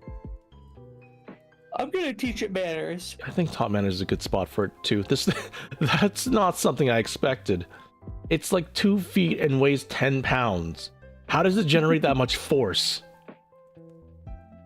I would say psychic energy. Is it part psychic type or is it? Oh yeah, it is psychic. Oh yeah, it does get psychic typing powers. later. Top Manners. Captain, forgive me for missing last few streams. I've been busy with work, checking some horrible events. No worries, Annihilation. I hope things are going okay for you. Put it next to the emotional trio. Because they're emotional, right? It's fine. It's fine. True. Hatterene though. Hatterene is weird because what looks like a supple woman's body is just like hair. Oh, I know. The face is just like a little alien body. Especially if you look at its Gigantamax form. You can see that. Yeah. It's just kind of weird to me. I think we could put this one back. Or if you're taught too loud manners. around it, you risk being torn apart by the claws on its tentacle. This Pokemon is also known as the Forest Witch. It's known to some as the Raging Goddess. Yeah, I think put it back. It's cute and all, but it's dangerous, this thing. Yeah. I'm gonna put it next to Pheromosa. You put it next to the Hydreigon. They can do the thing. Could be better, but I've been fine. I'm glad to hear it. And then there's Impidimp. I don't like them, actually. Like, I really don't like the Impidimp designs. Yeah, I'm not either. It feeds on negative emotions. So does through its nose. Does that mean you'll feel better after it feeds on your negative emotions, or does it just make you feel negative perpetually? Oh no, it causes trouble, so you have negative emotions. Yeah. It sneaks into people's homes, stealing things and feasting on the negative energy of the frustrated occupants. I can put it back. Put it back. You can hang out with the scary dudes. And put it next to Cloyster, because I can. Morgrim is a neat design, but... Yeah, there it is. When it gets down on all fours as if to beg for forgiveness, it's trying to lure opponents in so that it can stab them with its spear-like hair. I'm gonna put it next to the Muck. Yeah, There's one thing I cannot forgive, and that's if you are smart enough to actively be a jerk. Mm-hmm. If it's like a crocodile and they just do what they do because that's what they are, that's fine. But if you're smart enough to be a jerk, I cannot forgive that. You have choices and you chose wrong. You have chosen violence, which means that you have chosen wrong. You've chosen violence, therefore my reaction is violence. It wraps its hair around its body to enhance its muscles. It can overwhelm even Machamps. Oh yeah, because dark fairy typing. Mm-hmm. It has complete control over its hair. It lives deep within the forest. Even after evolving into this splendid form, it hasn't given up on its petty misdeeds and pranks. I think I can honestly give it a Slugma. Yeah, I think so. But actually the Gourgeist. So our tier list is a little weird. The Zigzagoons got pushed all the way to like near the mid-bottom. So if you want to grab the Zigzagoon and Lanoon and put it before the Obstagoon. Ziggy. Oh. Yeah, I do see that. Yeah. Weird. Let's see. Oh, next is Berserker. Well, it'd be Obstagoon then Berserker, but I'm gonna grab the Galarian, Zigzagoon, and Lanoon. Yeah. So Galarian Zigzagoon marks its territory by rubbing its bristly fur on trees. This variety of Zigzagoon is friendlier and calmer than the kind native to Galar. Oh wait, no, that's normal Zigzagoon, right? What? Ziggy. That's not right. There we go. Its restlessness has it constantly running around. If it sees another Pokemon, it will purposely run into them in order to start a fight. Thought to be the oldest form of Zigzagoon, it moves in zigzag and wreaks havoc upon its surroundings. Oh, it's so cute, but you gotta teach these things manners if you want to keep them. I don't even know if you can teach it manners. I don't know either. But I'd be willing to try. Yeah, it's cute enough. I'm willing to try. You get to go right there. Put you next to, I don't know, Ferrothorn, Ferroseed. Galarian Linoon. It uses its long tongue to taunt opponents. Once the opposition is enraged, this Pokemon hurls itself at the opponent, tackling them forcefully. That's funny. This very aggressive Pokemon will recklessly charge an opponent stronger than itself, so it's a dumbass. A little bit. It's a cute dumbass. It needs to get top manners. It can get top manners. Keep your tongue in your mouth and be a good boy. Your tongue can be flappy if it wants to. I'm okay with the bleps, but just stop trying to challenge the Salamence. Don't challenge the Salamence. You won't win. Obstagoon. I do like that the Zigzagoon line is kind of like Kiss, but I don't know. Obstagoon is weird. Also, why did they have to make them dark normal? They're 4 times weak to fighting. I know. That would have just been fine. The normal typing doesn't really add any benefit to it. I mean, it gets stab on slash, but that's kind of it. It's not like you get what would you reckless, Yeah. guts, defiant. Its voice is staggering in volume. Obstagoon has a tendency to take on a threatening posture and shout. This move is known as Obstruct. It evolves after experiencing numerous fights. While it's crossing its arms, it lets out a shout that makes any opponent flinch. I think these goons are smart enough to not pick fights with fighting types, or they're smart enough to like provoke the fighting types and then like just flee. Fair. I'm gonna say put it back though. I think so too. Well, actually, You can hang out with Jinx. You guys can sing together. I don't know. It's interesting. I don't think I'd be willing to like put a crazy amount of effort into keeping Obstagoon, Yeah. especially at 5'3". I can imagine Almost it just like as tall as waking me up in the middle of the night with its face next to mine Mm-hmm. because it wants to. They can stay near the top of put it back though. I don't hate it. Did we already rate Galarian Meowth? You mean Perzer? No, it got moved to like near the bottom-ish, middle-ish of it. Like you want to just like search around. Oh, that's gonna take a hot minute to find. Oh, there it is.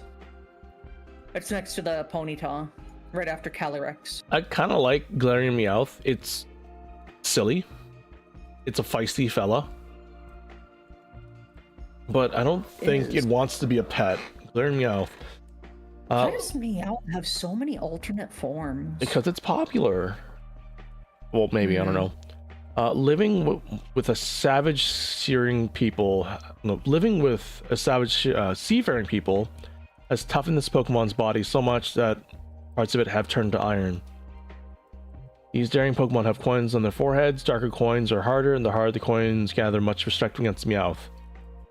So these Meowth are just willing to throw hands. Yeah, They're just more willing to throw hands. I'm okay with them. It's just it's just like caring for a feral cat. Once it loves you, it loves you. Especially because it's like hanging out with the Vikings. So I think if you can show it you're the alpha, then it'll respect you. Yeah, so I'd say maybe top manners. Definitely top manners. You can put it with I'll put it with the Bitey Boys. Honestly, Berserker isn't half bad either. Oh, it only has one of those long claws. Interesting. Really? What appears to be an iron helmet is actually hardened hair. This Pokemon lives for the thrill of battle. After many battles, it evolved dangerous claws that come together to form daggers when extended. Or maybe it's just the claws that are out. I think it is just the claws that are out. Honestly, you could put it in top manners. It's like these are fighting Pokemon, so they actively want to fight, but I'm sure they know where to point their anger. Yeah. No, sorry. And if not, you teach them. You have to show them where to point their anger. Oh, I gotta move Galarian Corsola. It is next to the Galarian Darumaka. I'll put it with the Bitey Boys. Then there's Corsola. Oh, I think I just accidentally closed the page. Oh no. And I dropped my mouse. Galarian Corsola. See.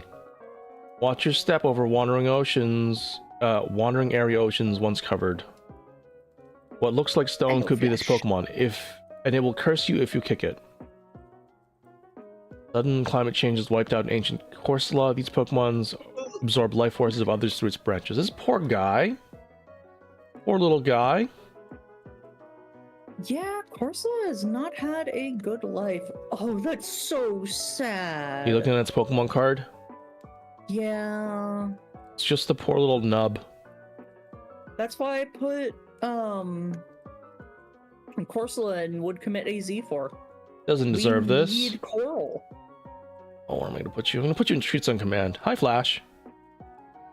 I mean, it does also say it absorbs others' life force through its branches. I mean, it's not by choice. This is what it does because it's evolved to do that from, you know, its lack of a good environment. Yeah. I'll put it next to the Azumarill. The Corsola, though, it's sad, but isn't this thing also a menace? I think it is. I'm gonna put you next to Togekiss. Be cautious of its ectoplasmic body surrounding its soul. You'll become stiff as stone as if you touch it. So, don't touch it. It detaches its branches.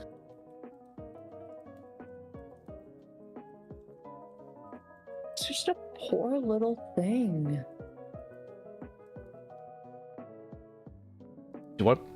I think I'll put it in top matters. Like, the Corsola could do what it wants to do. I'm just gonna not touch it as much. Yeah. I'm gonna go to the bathroom real quick. I apologize. I'll be right back. No worries. Where do you go? I'll put you at the bottom of the bitey poise because you're dangerous, but you're still cute. Put that on the screen. Okay. Oh boy. I think Anna's on her BRB screen. I'm not over on her thing right now. But we don't have a lot of Pokemon left for this this generation. There is 21 for one row, right?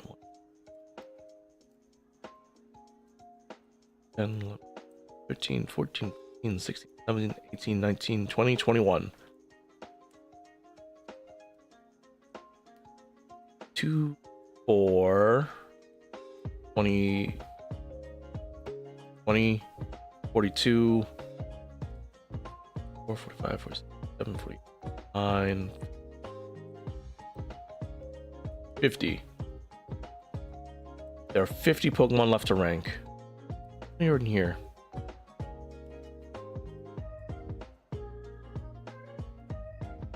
Four, 6, 8, 10, 120. It's under 150 as well. Can you believe it? We're almost done ranking all the Pokemon, not including the Mega forms and Gigantamax forms.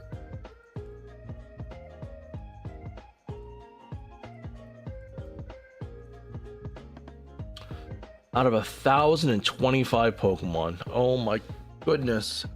That's so many of them. And we're gonna get more. When, though? I mean, we might get regional variants for Legends ZA.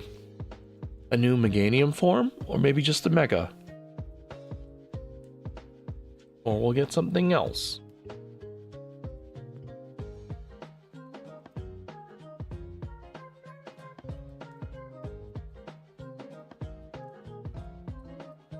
I'm hoping we get new regional forms for the Legends ZA.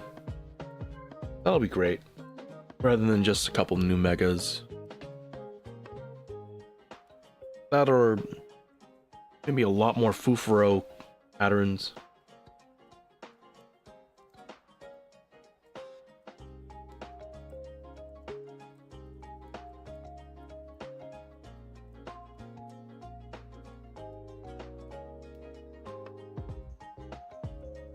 live slug reaction. I can't wait to rank this guy. Not these three though. These three suck.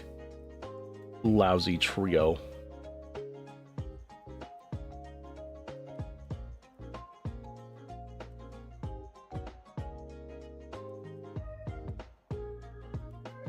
Oh, so later tonight, I think I'll be doing another stream for PokeRogue because they've got a new event out, and it's just a egg event, so summer event. You get so many eggs, tons of eggs. I already did a playthrough last night in Heat Classic mode, and it gave me like, I don't know, 100 eggs that I haven't claimed yet. So we'll be doing that and hatching all those eggs. So many eggs. Absurd amount of Pokemon eggs. Hopefully we get some like really good legendaries and whatnot. But yeah. We got a Zamazentu, I believe. This doggy. I got one of those dogs last night. They're pretty neat. What they called again? I can't remember their names.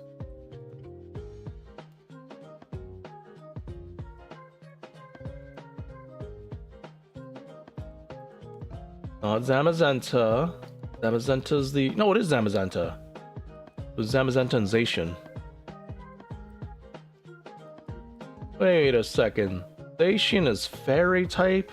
That is fighting type. Why is the shield dog fighting type and the sword dog fighting fairy type? That's weird. Is that you, Anna? I'm back. Hi, welcome yeah. back. Thank you. Alright. Now I gotta find Farfetch'd. That's a little far-fetched. Here you is. No, you gotta find Surfetch'd. Farfetch'd has already been ranked. Farfetch'd evolve into Surfetch'd. There's no Galarian variant.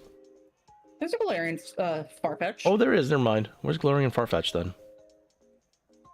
There it is. It was next to Galarian Weezing. Got it. It's got a big old leak. I remember I said hello to you, Flash, so hello. Farfetch'd, the Galar region are brave warriors, and they wield thick, tough leeks in battle. Stalks their leeks are rather thicker and longer than Galar. Farfetch'd that adapted these stalks took on a unique form.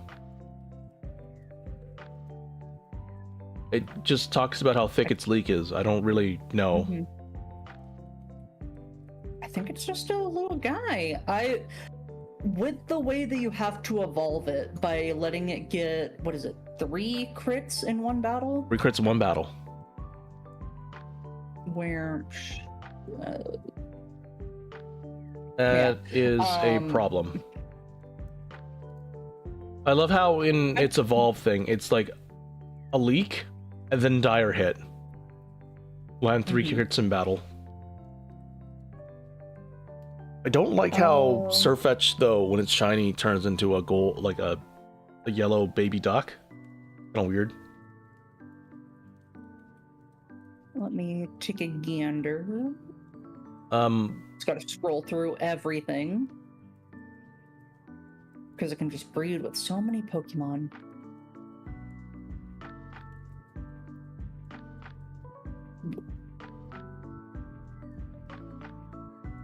I see barely any difference in its shiny. It's like a lighter color.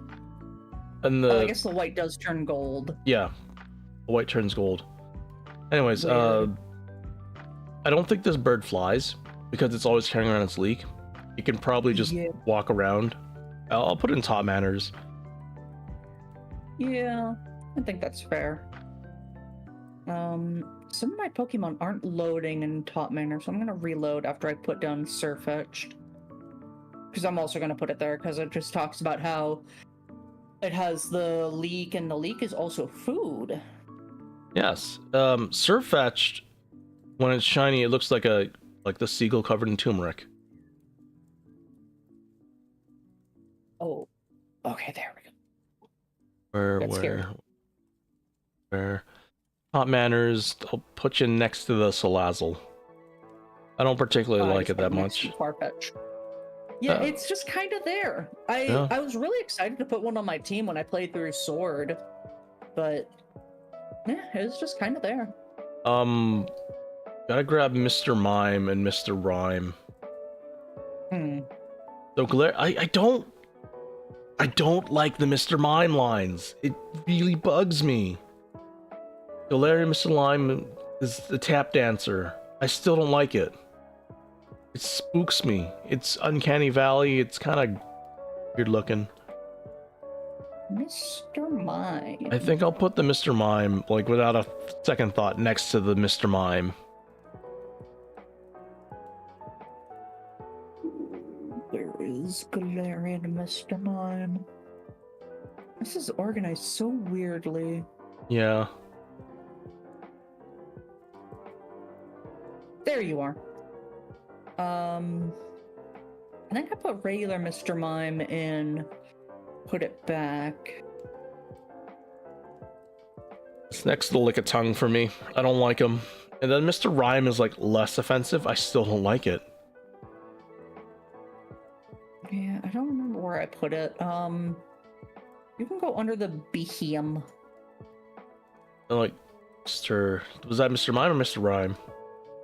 Both of them. Both of them? Yeah, that's fair. Mr. Mime and Mr. Rhyme.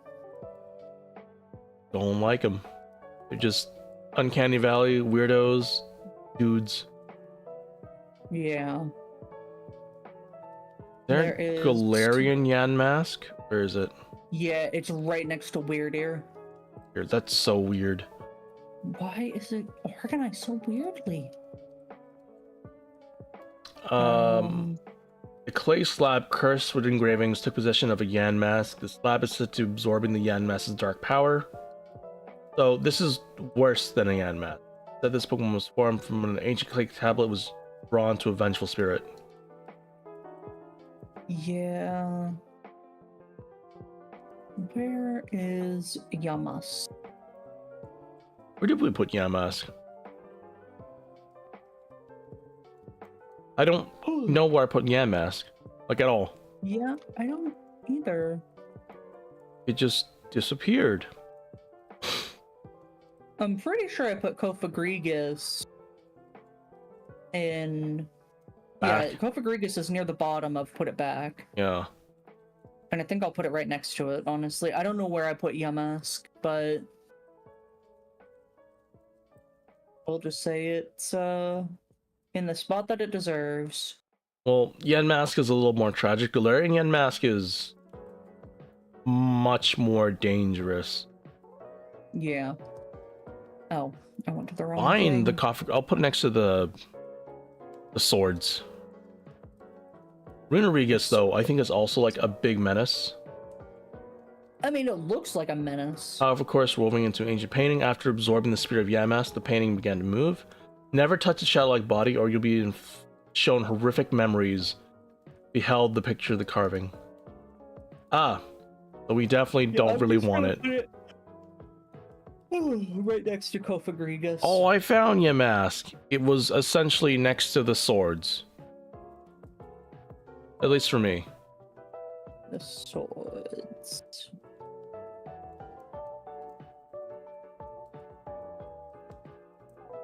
Now we get to some cute Pokemon. Again, I love this little guy.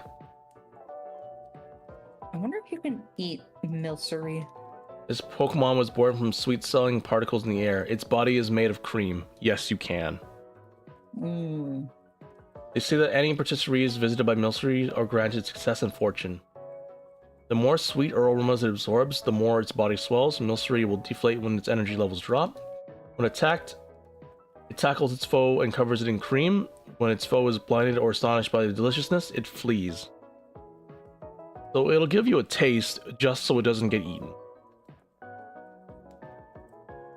Yeah. It is so complicated to evolve. No, it's not. You give it a berry and you spin. You just have to spin in a certain way. No, so when you spin, depending on how long, which direction, You spin, that will affect what kind of pattern the Alcremie has. Yeah. So it doesn't matter how you spin, but if you want to get a certain kind of style, you have to spin a certain way. That's what makes it complicated. Yeah, sorry, I shouldn't have said it's complicated. There's just a lot of different ways to evolve it. I think I'm gonna put the Milcery and Treats on command. Mm-hmm. Next to a Zuril. It's cute. The Alcremie too, though. It's super cute. Alcremie is adorable. I wonder if it knows how adorable it is. Its Gigantamax is interesting though, because I guess it isn't really cake, it's just a big pile of cream with decorations. Yeah, there's so many dex entries for it. Yeah. And it's just like on each different flavor of Alcremie. Vanilla, when it trusts its trainers, it will treat them to berries it's decorated with cream. When Alcremie is content, its cream secreted from its hand becomes sweeter and richer. Oh, it secretes cream from its hands. You don't have to eat the Alcremie, it could just like put cream on a plate for you and you can have that. I'll give it a treat and it'll just make its little cry and then it'll give you a treat. Yeah. You're going near the top. I don't think you beat Vulpix, but you're going on the top row. Oh. Sorry, Mew. I'll put you next to Diancie. I feel like a Diancie would love an Alcremie as a pet or friend. Oh, absolutely. It also depends on the flavor you give it. Then... Oh, sorry, I keep yawning. You're gonna get me too. Phalanx? There's Ruby, which is sweet and tart, matcha, mint, lemon, salted, ruby, which is a mixed flavor, caramel, rainbow. Salted? Yeah, salty flavor. Salty flavor. I mean, I like salty and sweet. Yeah, salty and sweet is nice.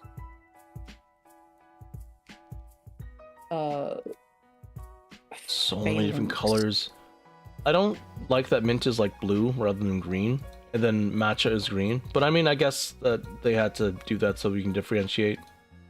Yeah. I mean, I would have made the matcha like a dark green, and well, I don't know. I think the mint kind of works because it kind of reminds me of Miku. Yeah, I can see that. And that's kind of my definition of a mint color is Miku. The Wii U. I don't know which is like just one of them. I don't know which Alcremie color I'd like though. I mean, I think vanilla cream is pretty nice on its own. Like it's cute pink. I like Ruby. Oh, there's Ruby Cream and Ruby Swirl. I think I like Ruby Swirl. I like the mix of the colors. Although Rainbow Swirl just looks really cute too. And if you do Rainbow Swirl, it could give you any flavor. True.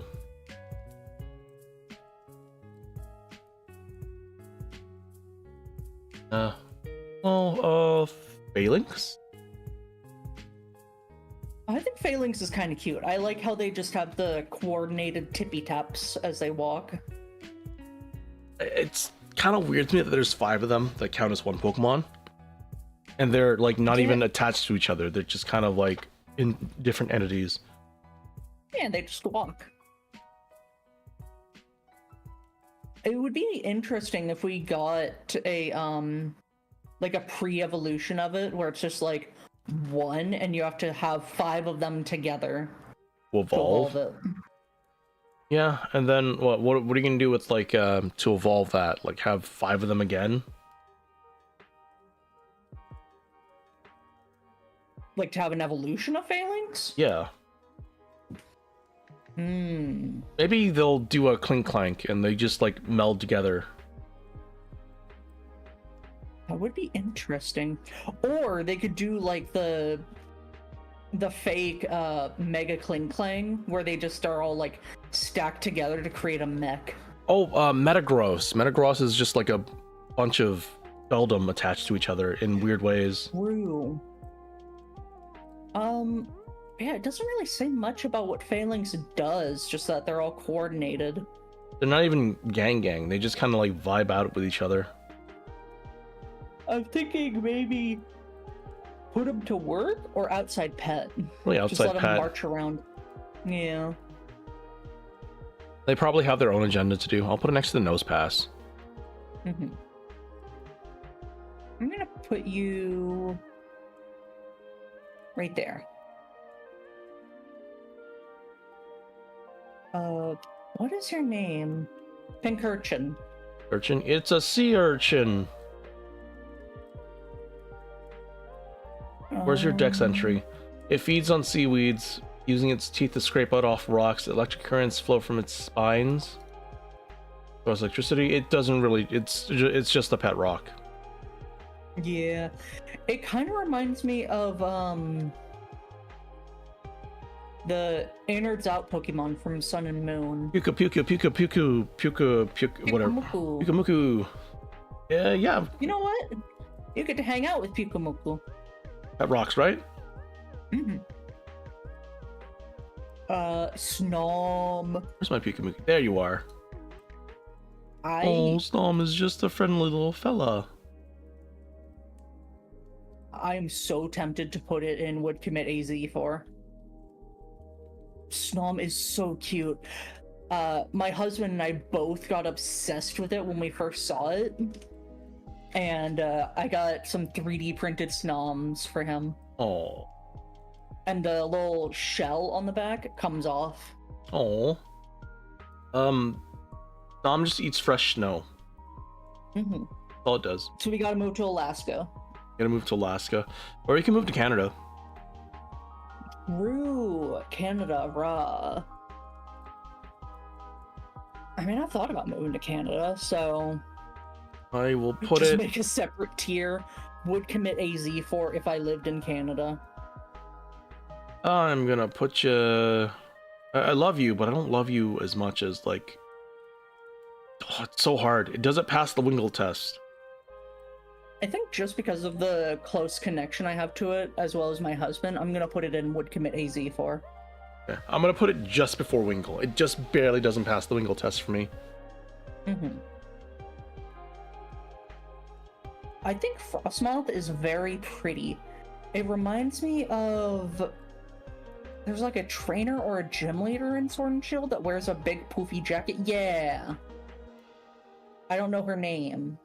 You don't fight her if you have a different. Yeah. Melody, that's her name. Melanie. Melanie, yeah. Melanie. In Sword, her son Gordy takes her place as the gym leader. Wait, that's her son? Oh. Yeah, apparently so. I guess she's a MILF then. We like older women. Yeah, her age is 30 plus.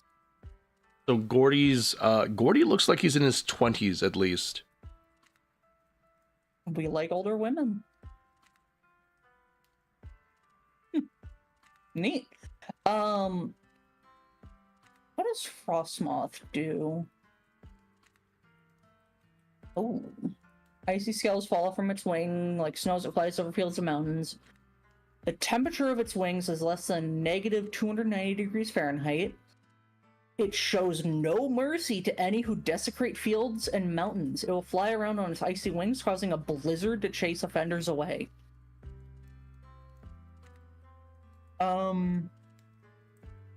I still like Frostmoth. We respect nature. I'd give it treats on command. I think it would probably make a good guard Pokemon. Yeah, honestly, it probably would. It's like a Volcarona, but ice type. They kind of just vibe unless you mess with them. Exactly. How big is it again? 4'3", but that might be its wingspan. No, I think 4'3" is like from top to bottom. Its wingspan's gonna be a lot bigger. I'm gonna keep it as an outside pet because it's just that it doesn't have legs. It doesn't have legs. How do these Pokemon like just stay without legs? They just kind of land on the ground. It's got the little dealy bopper underneath. Have a dealy bopper? That's part of its wing. Yeah, that is part of its wing. Oh, I thought that was like a little dealy bopper. It almost looks like it would have like little nubbins underneath its fur coat. It kind of looks like it's got little arm nubbins, so maybe it deploys it. Yeah. I don't know. I need to see legs before I can make like inside pet assumptions, because if it doesn't have legs, then it's not going to be able to do things. But I mean, they should have legs. It's just weird. It might just be a me thing. Yeah, I don't know.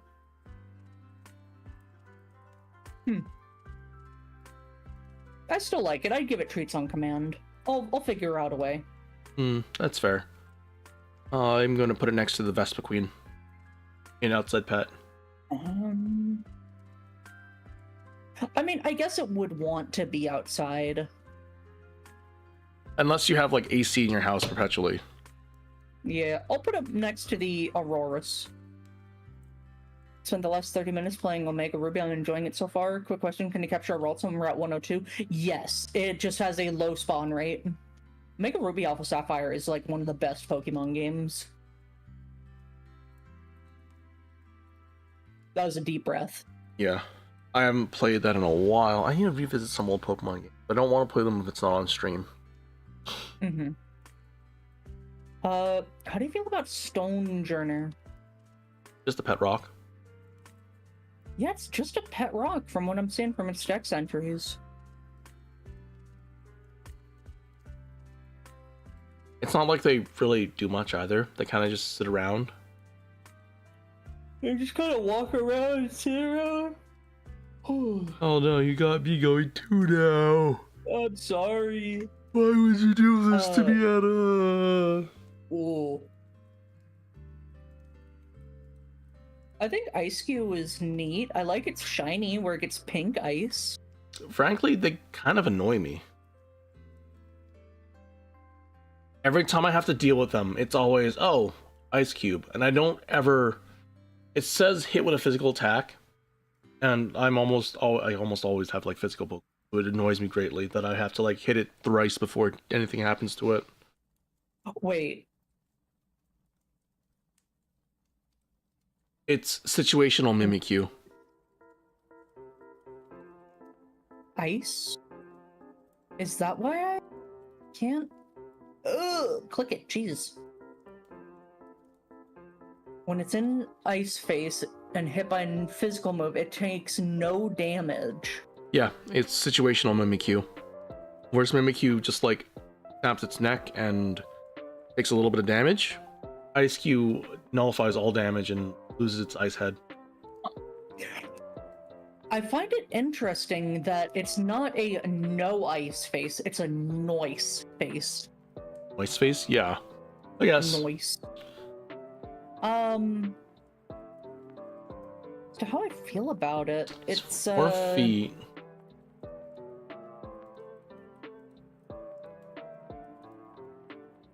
If you lick the ice covering its face, you'll find a faintly salty taste. The species rode here on ocean currents from a cold, faraway land. I'm just gonna put it with the pet rocks. I'll put it with the Regice and the snowflake one that I don't remember the name of.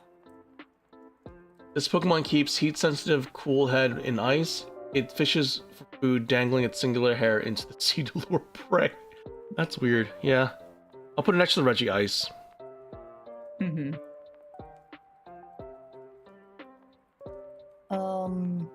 Gonna move Reggie Ice around though.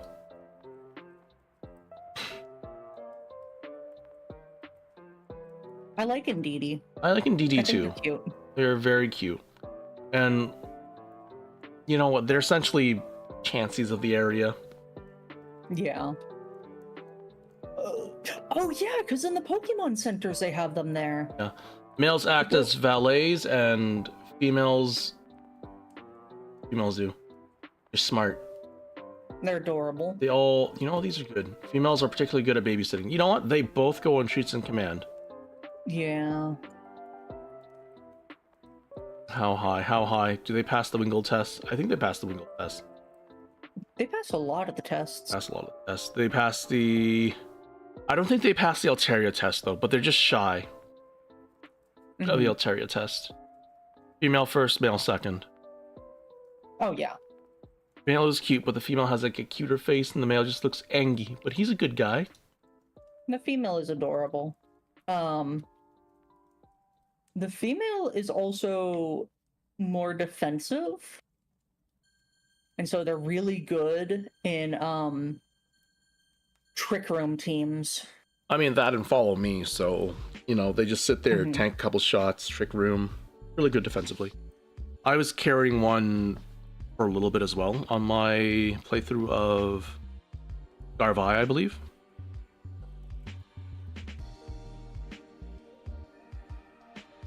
I used mine for a competitive team. Oh yeah, you pair the Ndidi with an Armarouge, and the Armarouge just like starts buffing itself, and the Ndidi just starts tanking for the Armarouge. Oh yeah, and it's absolutely rude, and people hate it, but I mean, if it works. And now we got the Pikachu of the region. More Peko. Is it more Peko or more Pico? I say more Peko, but Yeah, I think more Peko. who knows? Okay, full belly mode. As it eats seeds, it stores up in its pocket-like pouches. This Pokemon is not just satisfying its constant hunger, it generates electricity. And then angry mode. Angry mode. It gets violent when it's angry. So just eat it. Just keep it fed. Just keep one of those self-refilling dog bowls. Yourself. You get treats on command, more Pico. Hi, Sky. Hey, Sky. I don't think you're cuter than Yamper, though. No, I'm gonna put it with the Pika clones. Like, the only Pika clone I love is Dedenne. Oh no, it's Dedenne is in Ultimate Z4.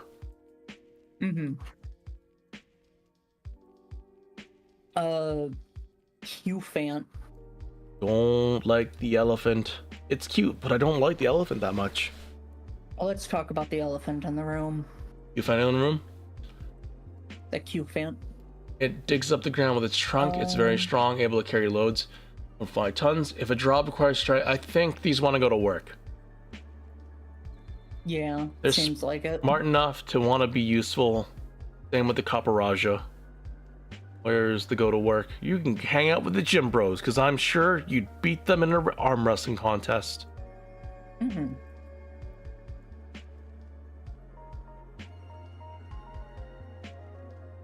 How goes the Pokemon Peak?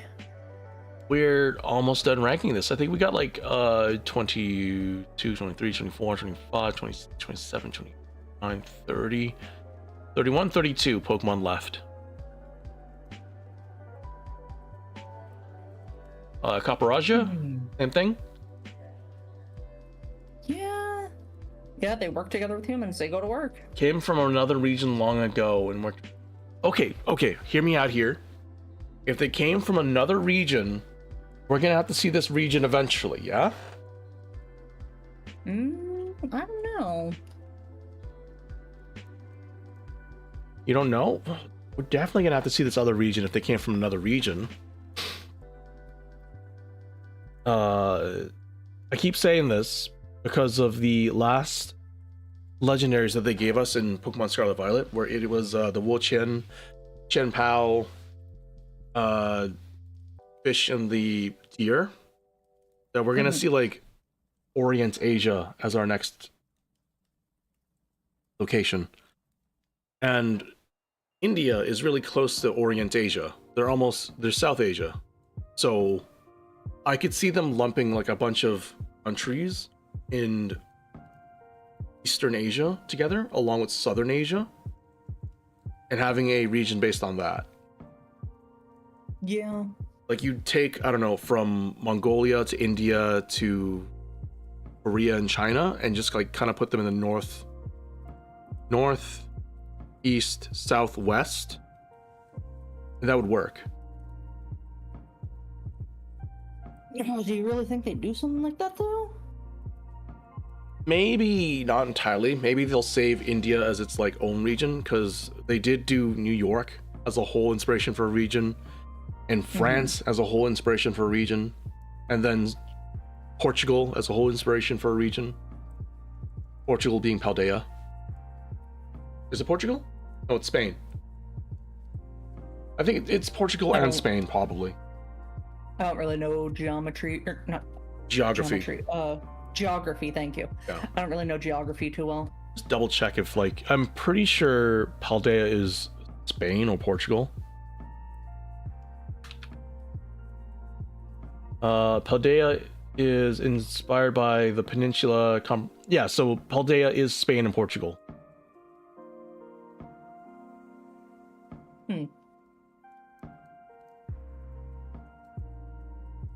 Yep. Okay. So I could see them doing like maybe 2 or 3 countries that are super similar to each other, like that. I mean, they have Asian elephants in Asia. That's why they called Asian elephants. So if they do the next area, that's like China, Korea, Vietnam, Mongolia, all in one little area, I can see them also doing that as like putting copper rajas there as well.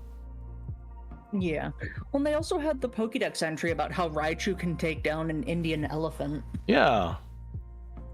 Therefore, they would be... Wait, so does that mean Raichu can take down a Kaparaja? You know, I was thinking that. Anyways, I'm gonna put the Kaparaja to work before I do anything else. Sorry, I went to grab an ice pack. No worries. A little overheated. Oh, that feels good. But yeah, I'll put Kaparaja to work. I think be happy to do that. So I'm not even gonna read the dex entries for the next 4, being the really weird Galar fossil Pokemon. I think it'd be best to give them a Slugma Swirly. Put them out of their misery. That's cold. Put them out of their misery, because like they are not supposed to be here. No, they're not supposed to be here, and they're not supposed to be like that. They are so poorly formed. Like, what is it? The little dinosaur head thing. I don't even know which body it's supposed to be a part of. From what I've seen, we're missing a lot of them. Or we're missing half, because like hold on. Yeah, we're missing Pokemon, half of them. Sword and Shield fossils. In Sword and Shield. Come on, load. I feel so bad for the Dracofish. It is literally just a butt head. We have... Yeah, so we're missing the fish body. The Drake head. The bird body. And the dino head? Yeah. It's just, it's really, really weird. I think it's fine to put them all in Slugma Swirly. Yeah. Because they didn't deserve this. They didn't ask for this. They didn't deserve this. If I were to rank how I like them based on designs, I really like the bird one. I like the electric bird. So really? I do... Yeah. I do Arctozolt, then Dracozolt. God, I just don't remember their names. Then Arctovish, then Dracovish. Yeah, I don't like Dracovish. I like them in reverse. Dracovish looks weird. I do like Dracovish, but it's only because it's funny. It's literally a butthead. Fair. And then there's Acrovish, which is kind of also super weird. Then it is the Actrazotl, and then Dracvazolt. Fair. Like, the dex entries for Arctozolt, or Arctovish, though it's able to capture prey by freezing its surroundings, it has trouble eating the prey afterward because its mouth is on top of its head. The skin on its face is impervious to attack, but breathing difficulties made this Pokemon go extinct anyway. Maybe because you did it wrong. Yes, definitely because they did it wrong. I don't know how they managed to like mess it up that badly, but they did. And they just said, this is good enough. Not only do I want to see their God. complete forms, I want to see them mess up the other fossil Pokemon as well now. Give me, I don't know, an Aerodactyl with the body of a Kakuna. Not Kakuna, what is it called again? I forgot its name.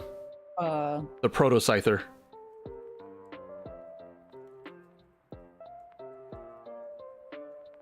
Yeah, I don't remember. I don't remember either. Kabutops. Yeah, Kabuto and Kabutops. Kabutops. Yeah, so Kabutops. Give me an Aerodactyl with a Kabutops body. It'll be super weird. Yeah. It'll be like a There is... weird little dragon raptor thing. Yeah. I like the fan art for the completed fossil Pokemon, because a lot of them seem to have really similar themes, and I just really like that. They're pretty neat. Mm-hmm. Duraludon? Duraludon.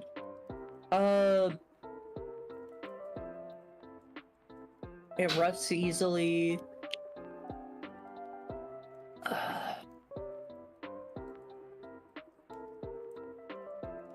I think they're pretty cool. Yeah, I think they are pretty cool. It's a very interesting design, and especially for a dragon steel type. So, hear me out here. They're 5'11", and they only weigh 88 pounds. If they were heavy metal, then they're double that, meaning they're 170 pounds? Or 180 pounds. Which I'm like 225 pounds. Mm-hmm. So it's lighter than me still, despite being a dragon metal type. And then if it's light metal, it weighs 44 pounds. Yeah? I think these could be like pretty okay indoor pets. I can put them as like top manners, and they could just do whatever the heck they want inside the house. Yeah. I wouldn't like let one sleep on my bed. Mm-hmm. Or maybe it could like, I don't know, it can go on my bed, but it can't sleep on my bed. Now, it does say... Let me see if I can find it. Its metal body is durable, but prone to retaining heat. It vents this heat from the slits in its tail. So... Could also be a pretty good heater. Could be a good heater. Ooh, I mean, that bumps it up a couple notches. I'm gonna put you right next to the Archon. I'll put it next to... Nice middle spot for it. Put it next to Volcarona. I do like the Duraludon. It's a cool Pokemon. It's not like cute in any way, but it's a cool guy. I like him. He's a pretty chill guy. How about Dreepy? After being reborn as a ghost Pokemon, Dreepy wander areas it used to inhabit back when it was alive in its prehistoric seas. If this weak Pokemon is by itself, a mere child could defeat it, but Dreepy has friends to help it train. It can evolve into much stronger. Oh, they have a habit of biting Clauncher even though it doesn't feed on them. That's funny.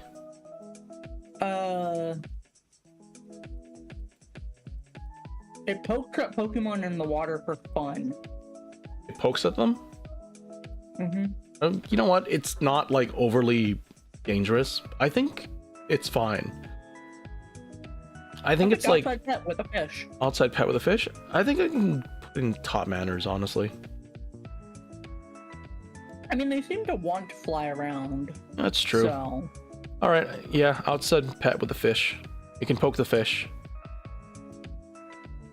Put you next to the Swan. What is Swan over here? Move Swan around.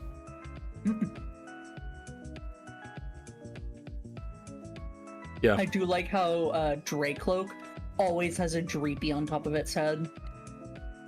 It is funny and it's cute.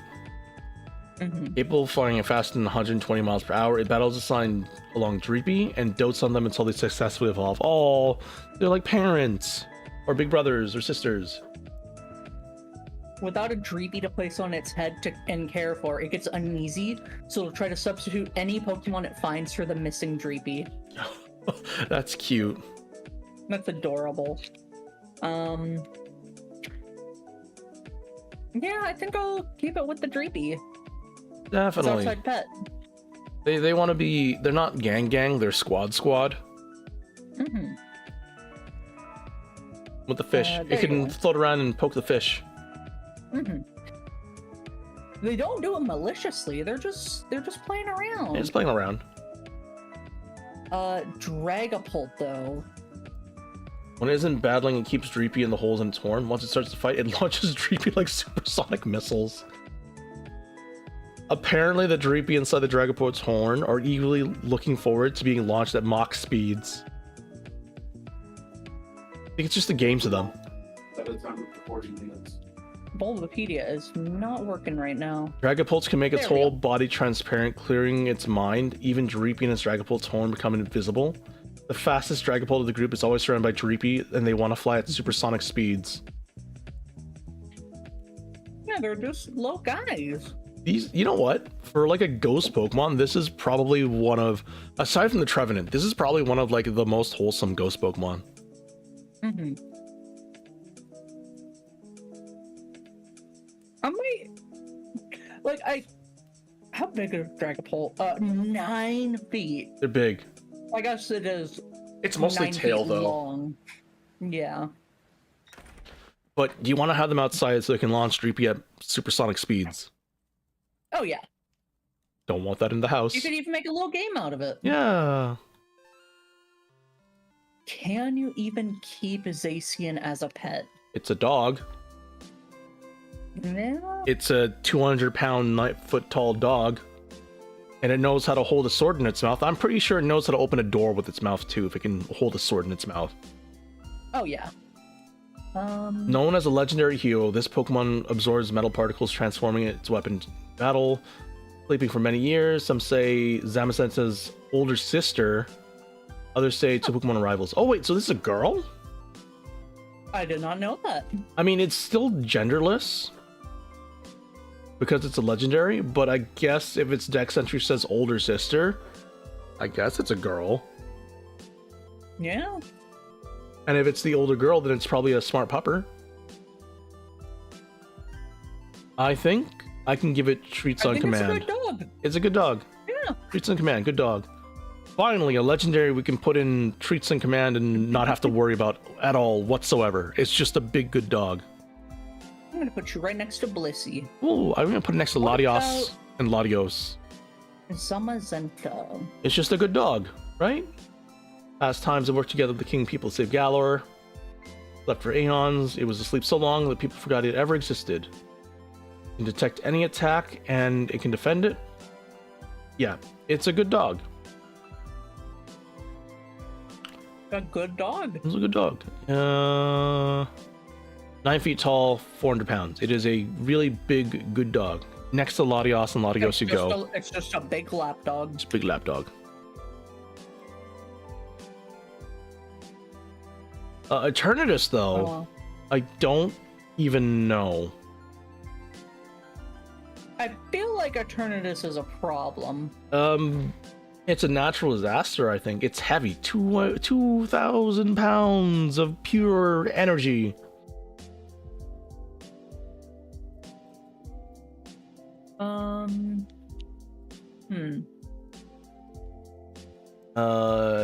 Or chest absorbs. Yeah.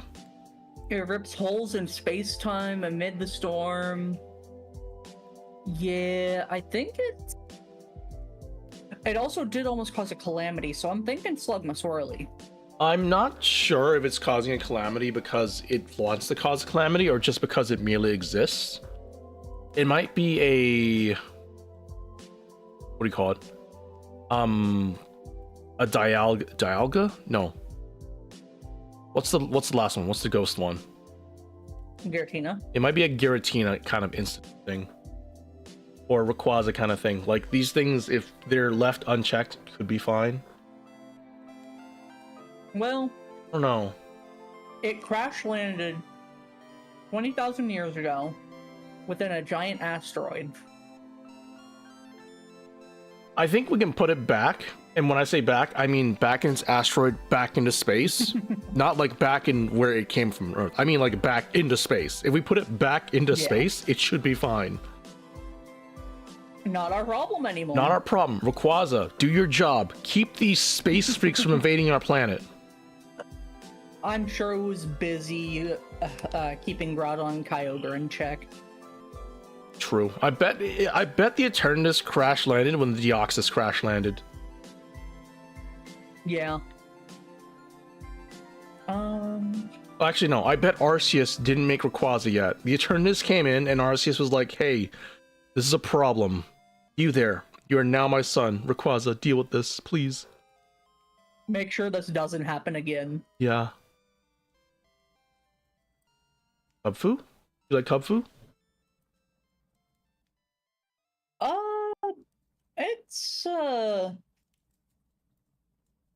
alright. I don't... It looks like a koala, but it's definitely not a koala. Mm-hmm. I think top manners. I think so too. Like this thing, I know it wants to fight to get stronger, but it can't be fighting. I don't know. You can't be throwing punches at the Volcarona. Yeah. I'm gonna put it next to Riolo. Riolo? Lucario. Lucario. I'm pretty sure Lucario would train the Cubfu very well. You make an excellent point. Oh god, where did I put it? I have mine in top manners. I don't know where you put your Lucario. There's Cubfu. Lucario, you get to go right next to it. Now, there's two different Ursifus. Surging Strikes and Rapid Strike. Sorry, Single Strike and Rapid Strike. Single Strike, one hit KO, leaps in the air, close combat. Inhabiting mountains of distant regions, this Pokemon can race across sheer cliffs, training its legs and refining moves. Rapid Strikes believe this Pokemon model after fighting in rivers, somehow rapid, somehow calm. I don't know. I really don't know, because these Pokemon are just bred for fighting.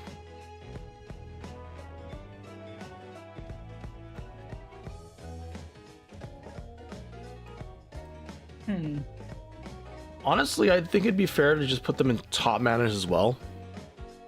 Yeah. We'll keep them next to the Cubfu. Yeah. If they want to go outside, they have hands open doors. They can go outside and train the mountains whenever they want, come back whenever they want. And if they want to... Actually, no, we can put them to work. Put them in the dojo. Put them to work. That seems like a more appropriate place for them. The very top of the gym, bros.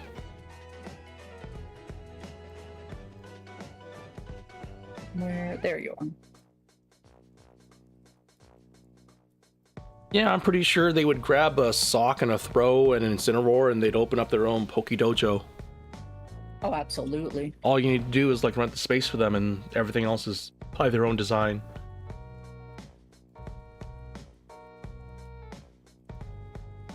I don't know anything about Zarude. I don't know anything about Zarude either. I know it had a movie. I know it raised a kid. This Zarude, I haven't seen the movie. Dad Zarude. This Zarude left its pack to raise a human child. The cloth around the Zarude wrapped his child, comforting and okay. Lives in dense forests. Incredibly aggressive. And other Pokemon in the forest fear it. We could probably put it back in the forest. Yeah, that sounds fair. It does look super intimidating. Just saying. It does. Reggie Elecki. Pokemon's a cluster of electrical energy. It's said removing the rings on Elecki's body will unleash its latent power. The entire body is made up of a single organ that generates electricity. Reggie Elecki is capable of creating all of Galar's electricity. It sounds dangerous. But it's also a Reggie. And I'm pretty sure... Of, keeping it as an outside pet with the other pet rocks. I mean, I'm just going to put it with the other Reggies. They kind of just all... If you don't really disturb them and you let them be, I think they just kind of exist. Yeah, I gotta be sure about Reggie Draco though. I think Reggie Greco is also fine for the most part. We'll have to read its dex entry in a bit. Where are my Reggies? An academic theory proposes that Reggie Drago's arms were once the head of an ancient dragon Pokemon. The theory remains unproven. And its body is composed of crystallized dragon energy. Reggie Drago is said to have the powers of every dragon Pokemon. Yeah, I don't know. You know what? Didn't say anything about its disposition. No, didn't say anything. I feel like for the most part, Reggies are kind of, they're forces of nature, but they're forces of latent nature. So they have the ability to be destructive, but they're, rather than being destructive, they're kind of just embodiments of the aspect and kind of just sit there.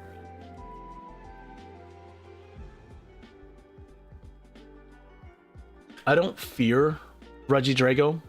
You want to know why? Why? 100 base attack, 50 defense. 100 special attack, 50 defense. Speed 80. 200 health. This thing is just a bullet sponge. Yeah? And it doesn't even like take reduced damage. It's incredibly weak and supple. But it just has a lot of HP. All you need to do is like put one Mawile in front of it and it just kind of doesn't do much. Very true. And then its move pool. Oh my goodness, its move pool is actually bad. Yeah. It gets access to Dragon, Dark, Fighting, Normal type moves, and then like what? Elemental Fangs, Earth Power, Earthquake, Draco Meteor. Like, It gets the bite moves. That's it. Its moveset is so abysmal. yeah. Of all the Reggies, it is probably the weakest. Yeah. Although I think its ability makes at least dragon type moves stronger. Its ability is Dragon. Yeah, it does. So, I mean, stab Dragon, but at the same time, I'd rather have a Salamence. Those things will outspeed and one-shot the Reggie before the Reggie can, like, take out the Salamence. Yeah, that's fair. It's interesting, but all in all, I still think it's, like, it's a pet rock. It's there. Yeah. So, I never beat the Crown Tundra DLC because there was just so much text and like monologuing. It bored me. Yeah. It bored me so much. Yeah, that's fair. I did play it, but I didn't really pay attention to a lot of what was going on. Because I got bored with it as well. Yep. Glastrier. It emits intense cold from its hooves. It's also a belligerent Pokemon. Anything it wants, it takes by force. I don't know. Do we put it back? Kind of mean, yeah. I think we put it back. 7-foot tall horse, 1,700 pounds. Yeah, I'm definitely putting that back. I don't want that thing anywhere near me. It would like step on my toes and I'd lose all of them. Yeah.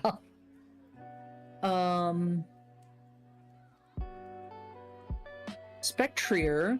It probes its surroundings with all its senses save one. It doesn't use its sense of sight. Spectrier's kicks are said to separate soul from body.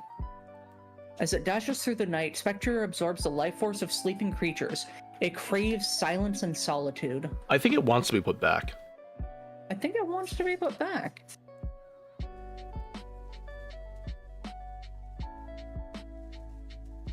I mean, it's majestic, but I don't. Okay, so when it says its kicks can separate soul from body, I think it's fair. The Eye of Agamotto. Yeah, the Eye of Agamotto. That's kind of funny though. It only weighs like 93 pounds. 98 pounds. It is a ghost. It is a ghost. So... What's your attack stat at? Special attack is 145. I'm sure that its special attack kick can knock your soul right out of your body. Yeah. I just can't think of a special attack kick. What moves does it have? Does it have a special attack kick? It has double kick. Big beam. It's got Shadow Ball, Nasty Plot. Oh my goodness, its move pool actually sucks. Yeah. Let's see. It learns 2 special moves on level up, and the rest are physical. Yeah. And then it can learn a ton of like special EMs, but just like on level up. Only 2 special moves? That's kind of sad. That being Hex and Shadow Ball.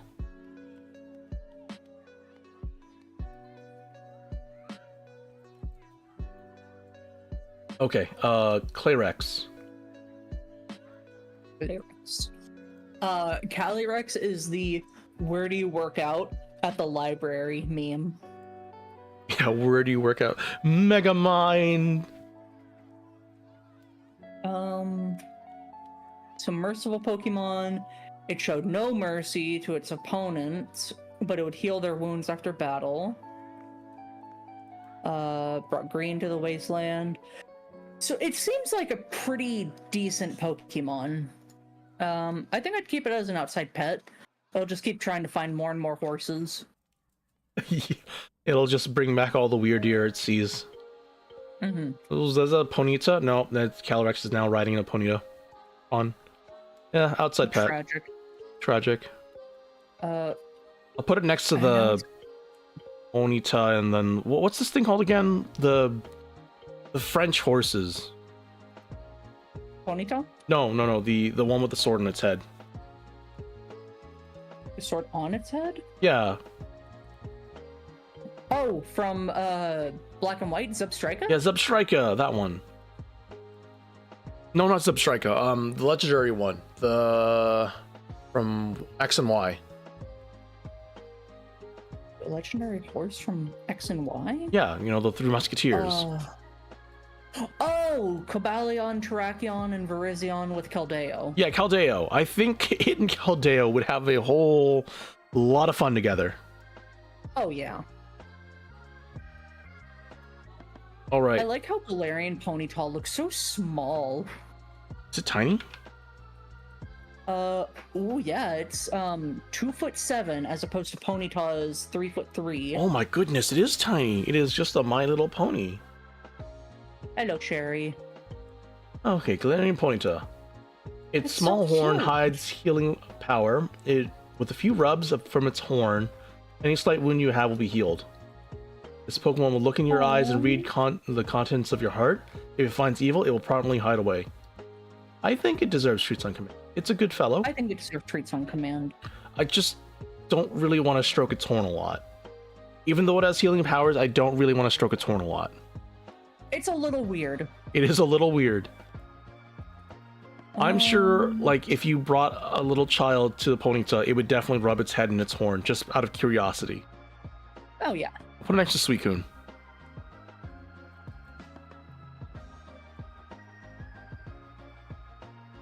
What about the Galarian Rapidash? What do you like?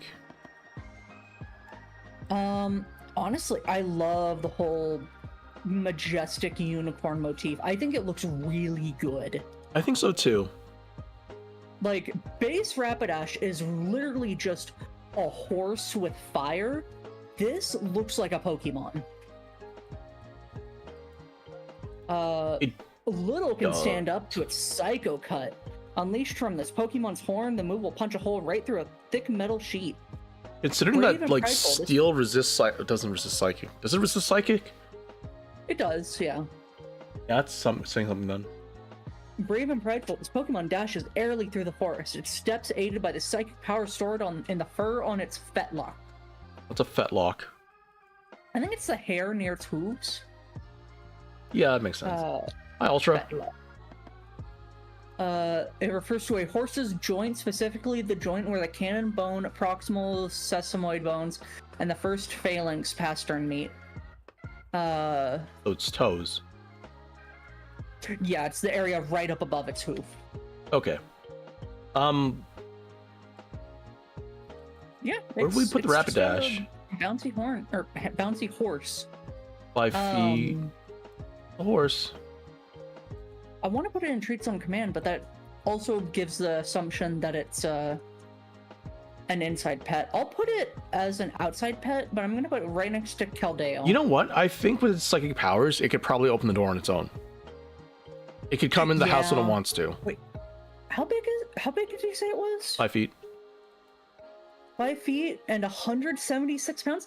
Yeah, this is a small horse. You can hang out inside. You can sleep on the bed if you want. I don't know if I'd let it sleep on the bed. You can rest its head on the bed. Put a. Oh, where did I put Ponyta? Where did I put? Where did I put the little rapid dash? There you are. Ponyta, where is it? Where is it? I lost track of it already. Yeah, my eyes are not working right now with all of these. Oh yeah, Pokemon. I'll put it next to Ponyta. It's just a Suicune, right? Yeah. Slowy Pokey. I don't know if Galarian Slowpokes are actually good to keep around because they are poison type. Galarian Slowpoke. Although this Pokemon seems normally zoned out, its expression abruptly sharpens on occasion. The cause for this is in its diet. Spicy tails?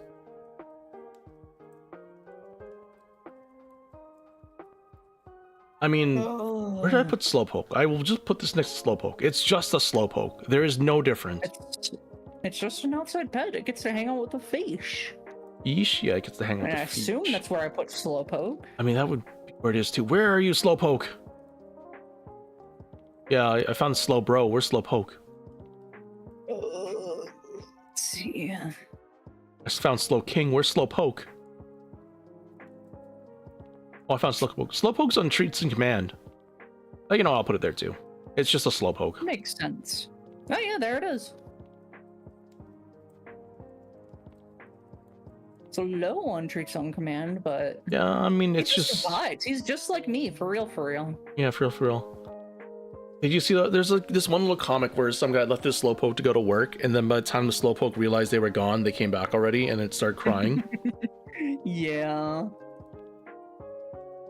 A shoulder bite set off a chemical reaction with the spices inside Slowbro's body, causing Slowbro to become a poison-type Pokemon. Wait. Is Galarian Slowpoke not a poison type?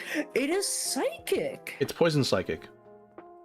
No, regular Galarian Slowpoke is just psychic. Just psychic? Oh, that's Yeah. weird. Huh. Where's Galarian Slowking? Is that a thing? Yeah, you just have to go back to Slowpoke since it's a split evolution. Oh yeah. No, I'm not like on the list. I don't see it on the list. I don't Galarian Slowking on the list. Oh, there it is. Okay, found it. Oh, there you are. You're Yeah. just a little bit further on. These are weirdly listed. Galarian Slowbro. I think you're chill too, right? Galarian Slowbro occasionally latches out because the Shelder bites down hard on his arm to suck out more poison. Okay. So, The Shelder seemed blissful. The think- taste of the Slowbro, even though toxins seeking through the bright have caused the Shelder to faint. Little bites of Slowpoke sucking out its poison, causing it to itch, so the Slowbro occasionally lashes out. I think it's top manners. yeah, I was thinking that too. They're not bad, but they Um, gotta like be trained. Actually, you know, I'll Yeah, keep it I as an don't- outside pet with the other Slowbro. Oh, do you have? Yeah, that would probably be a good idea. Where did I put it? Put near the fish. Fish. Fish.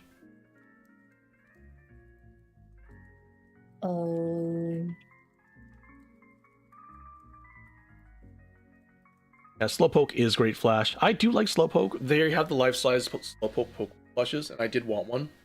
But they're so expensive. Why is everything so expensive? Pokemon plushes are expensive in general. Oh my goodness, have you seen my pile of Eevee plushes? I have. It's pretty great. Galarian Slowking, I think. They look evil. Yeah. A combination of toxins and the shock of evolving has increased Shelder's intelligence to the point that Shelder now controls Slowking. Oh. Administers potions to weaken Pokemon it sees. These potions are divided from poisons it secretes from the horns. Increases potions by mixing toxins with the food it eats. Not even Slow King itself knows the effects the potions will have. I mean, is it trying to heal them or hurt them? I don't know what's going on here. He's just like a little plague doctor. I'm gonna say put it back. It has incredible intellect and intuition whenever the situation remains calm and collected. It doesn't say it has like evil disposition or anything. Yeah, but the shelter took control of it.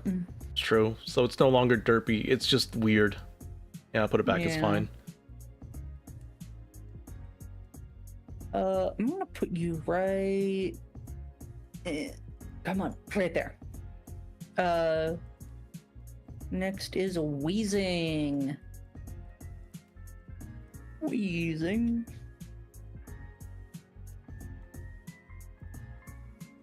Where are you, Wheezing? Okay, Galarian Wheezing. I don't know about these Pokemon. Yeah, it does look hurt. They're kind of weird. It's dapper, but weird.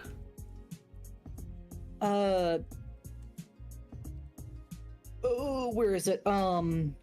This Pokemon consumes particles that contaminate the air. Instead of leaving droppings, it expels clean air. Oh, that's pretty good. So, I'm gonna say put it to work. You take it to a factory,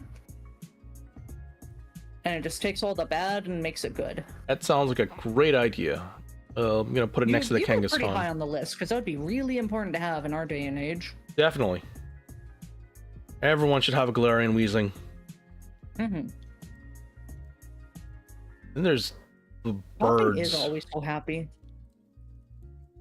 Galarian Articuno fires beams from its eyes. Is it though? Because like I'll be honest, when I look at the Galarian trio, they look a lot more menacing than their trio. Yeah, and I don't know if that's just how they look or if they actually are. Because like they run from you in Sword and Shield. Yeah, it just talks about how strong it is. Yeah, I mean, I don't know what I think. I'm thinking outside pet with the other Articuno. Yeah, I think so too. Where did I put Articuno? There's Articuno. Oh no, where did I put Articuno? Did I put Articuno in top manners or something else?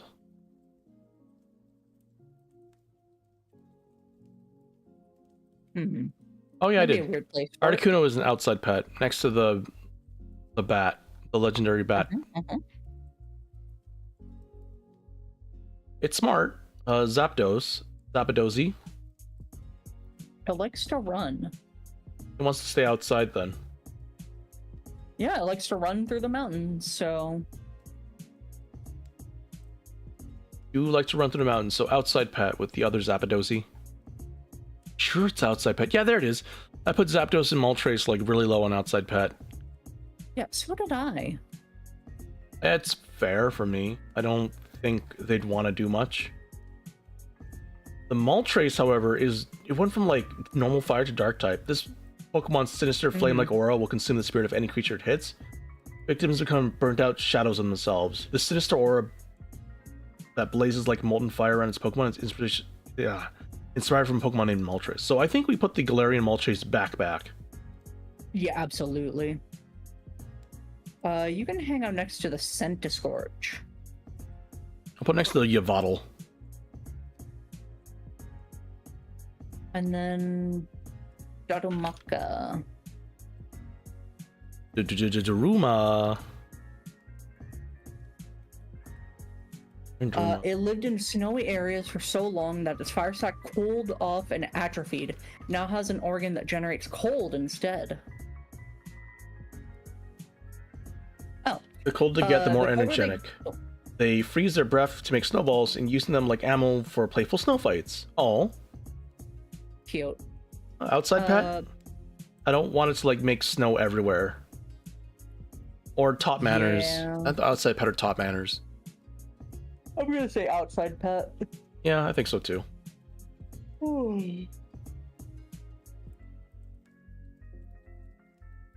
And then Darmanitan.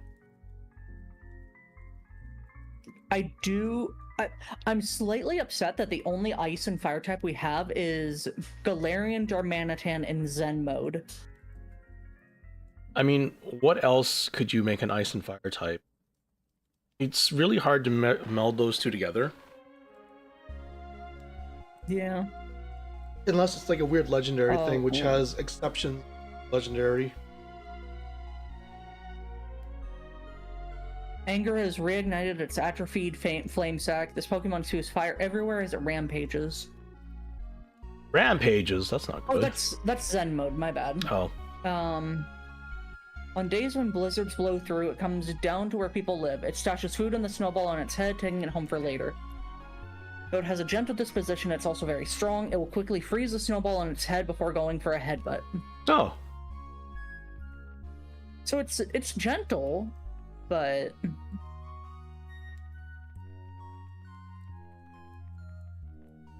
It can get angry. So it's like a top manners outside pet kind of thing. Outside pet. You're gonna put it low outside pet. because I think it's huge. It's 4'3". Not that and big. 200 pounds. I'll put it next to the baby hippo and the Typhlosion. Mm-hmm. We've only got like one left. Yeah. I know where this one's going. Slugma Swirly. Oh, absolutely. I- Right next to the other one. There is no reason a Pokemon should be shaped like a bear trap. There is no reason a bear trap should just be biting at your little ankles. Stunfisk deserves everything bad. I hate Stunfisk. Do you see what it looks like when it turns into a bear trap? It gets an evil eyes and evil smile. And it just looks like a Pokeball sticking out of the dirt. And like, there's only one reason it would look like a Pokeball sticking out of the dirt. And that's for someone to come by and try and pick it up. And because it's a bear trap, like, think of all the little ones who are going to get their hands bitten off by this stupid Stunfisk. Yeah. And then being like Steel Ground type 2, it's difficult to deal with. Plus, it has a lot of status moves. So this thing is not meant to be nice. It's meant as an ambush hunter and a very mean ambush hunter. Mm-hmm. I don't like it. They're not good. Let's just read this Pokedex entry anyways. It's gonna be bad, whatever it is.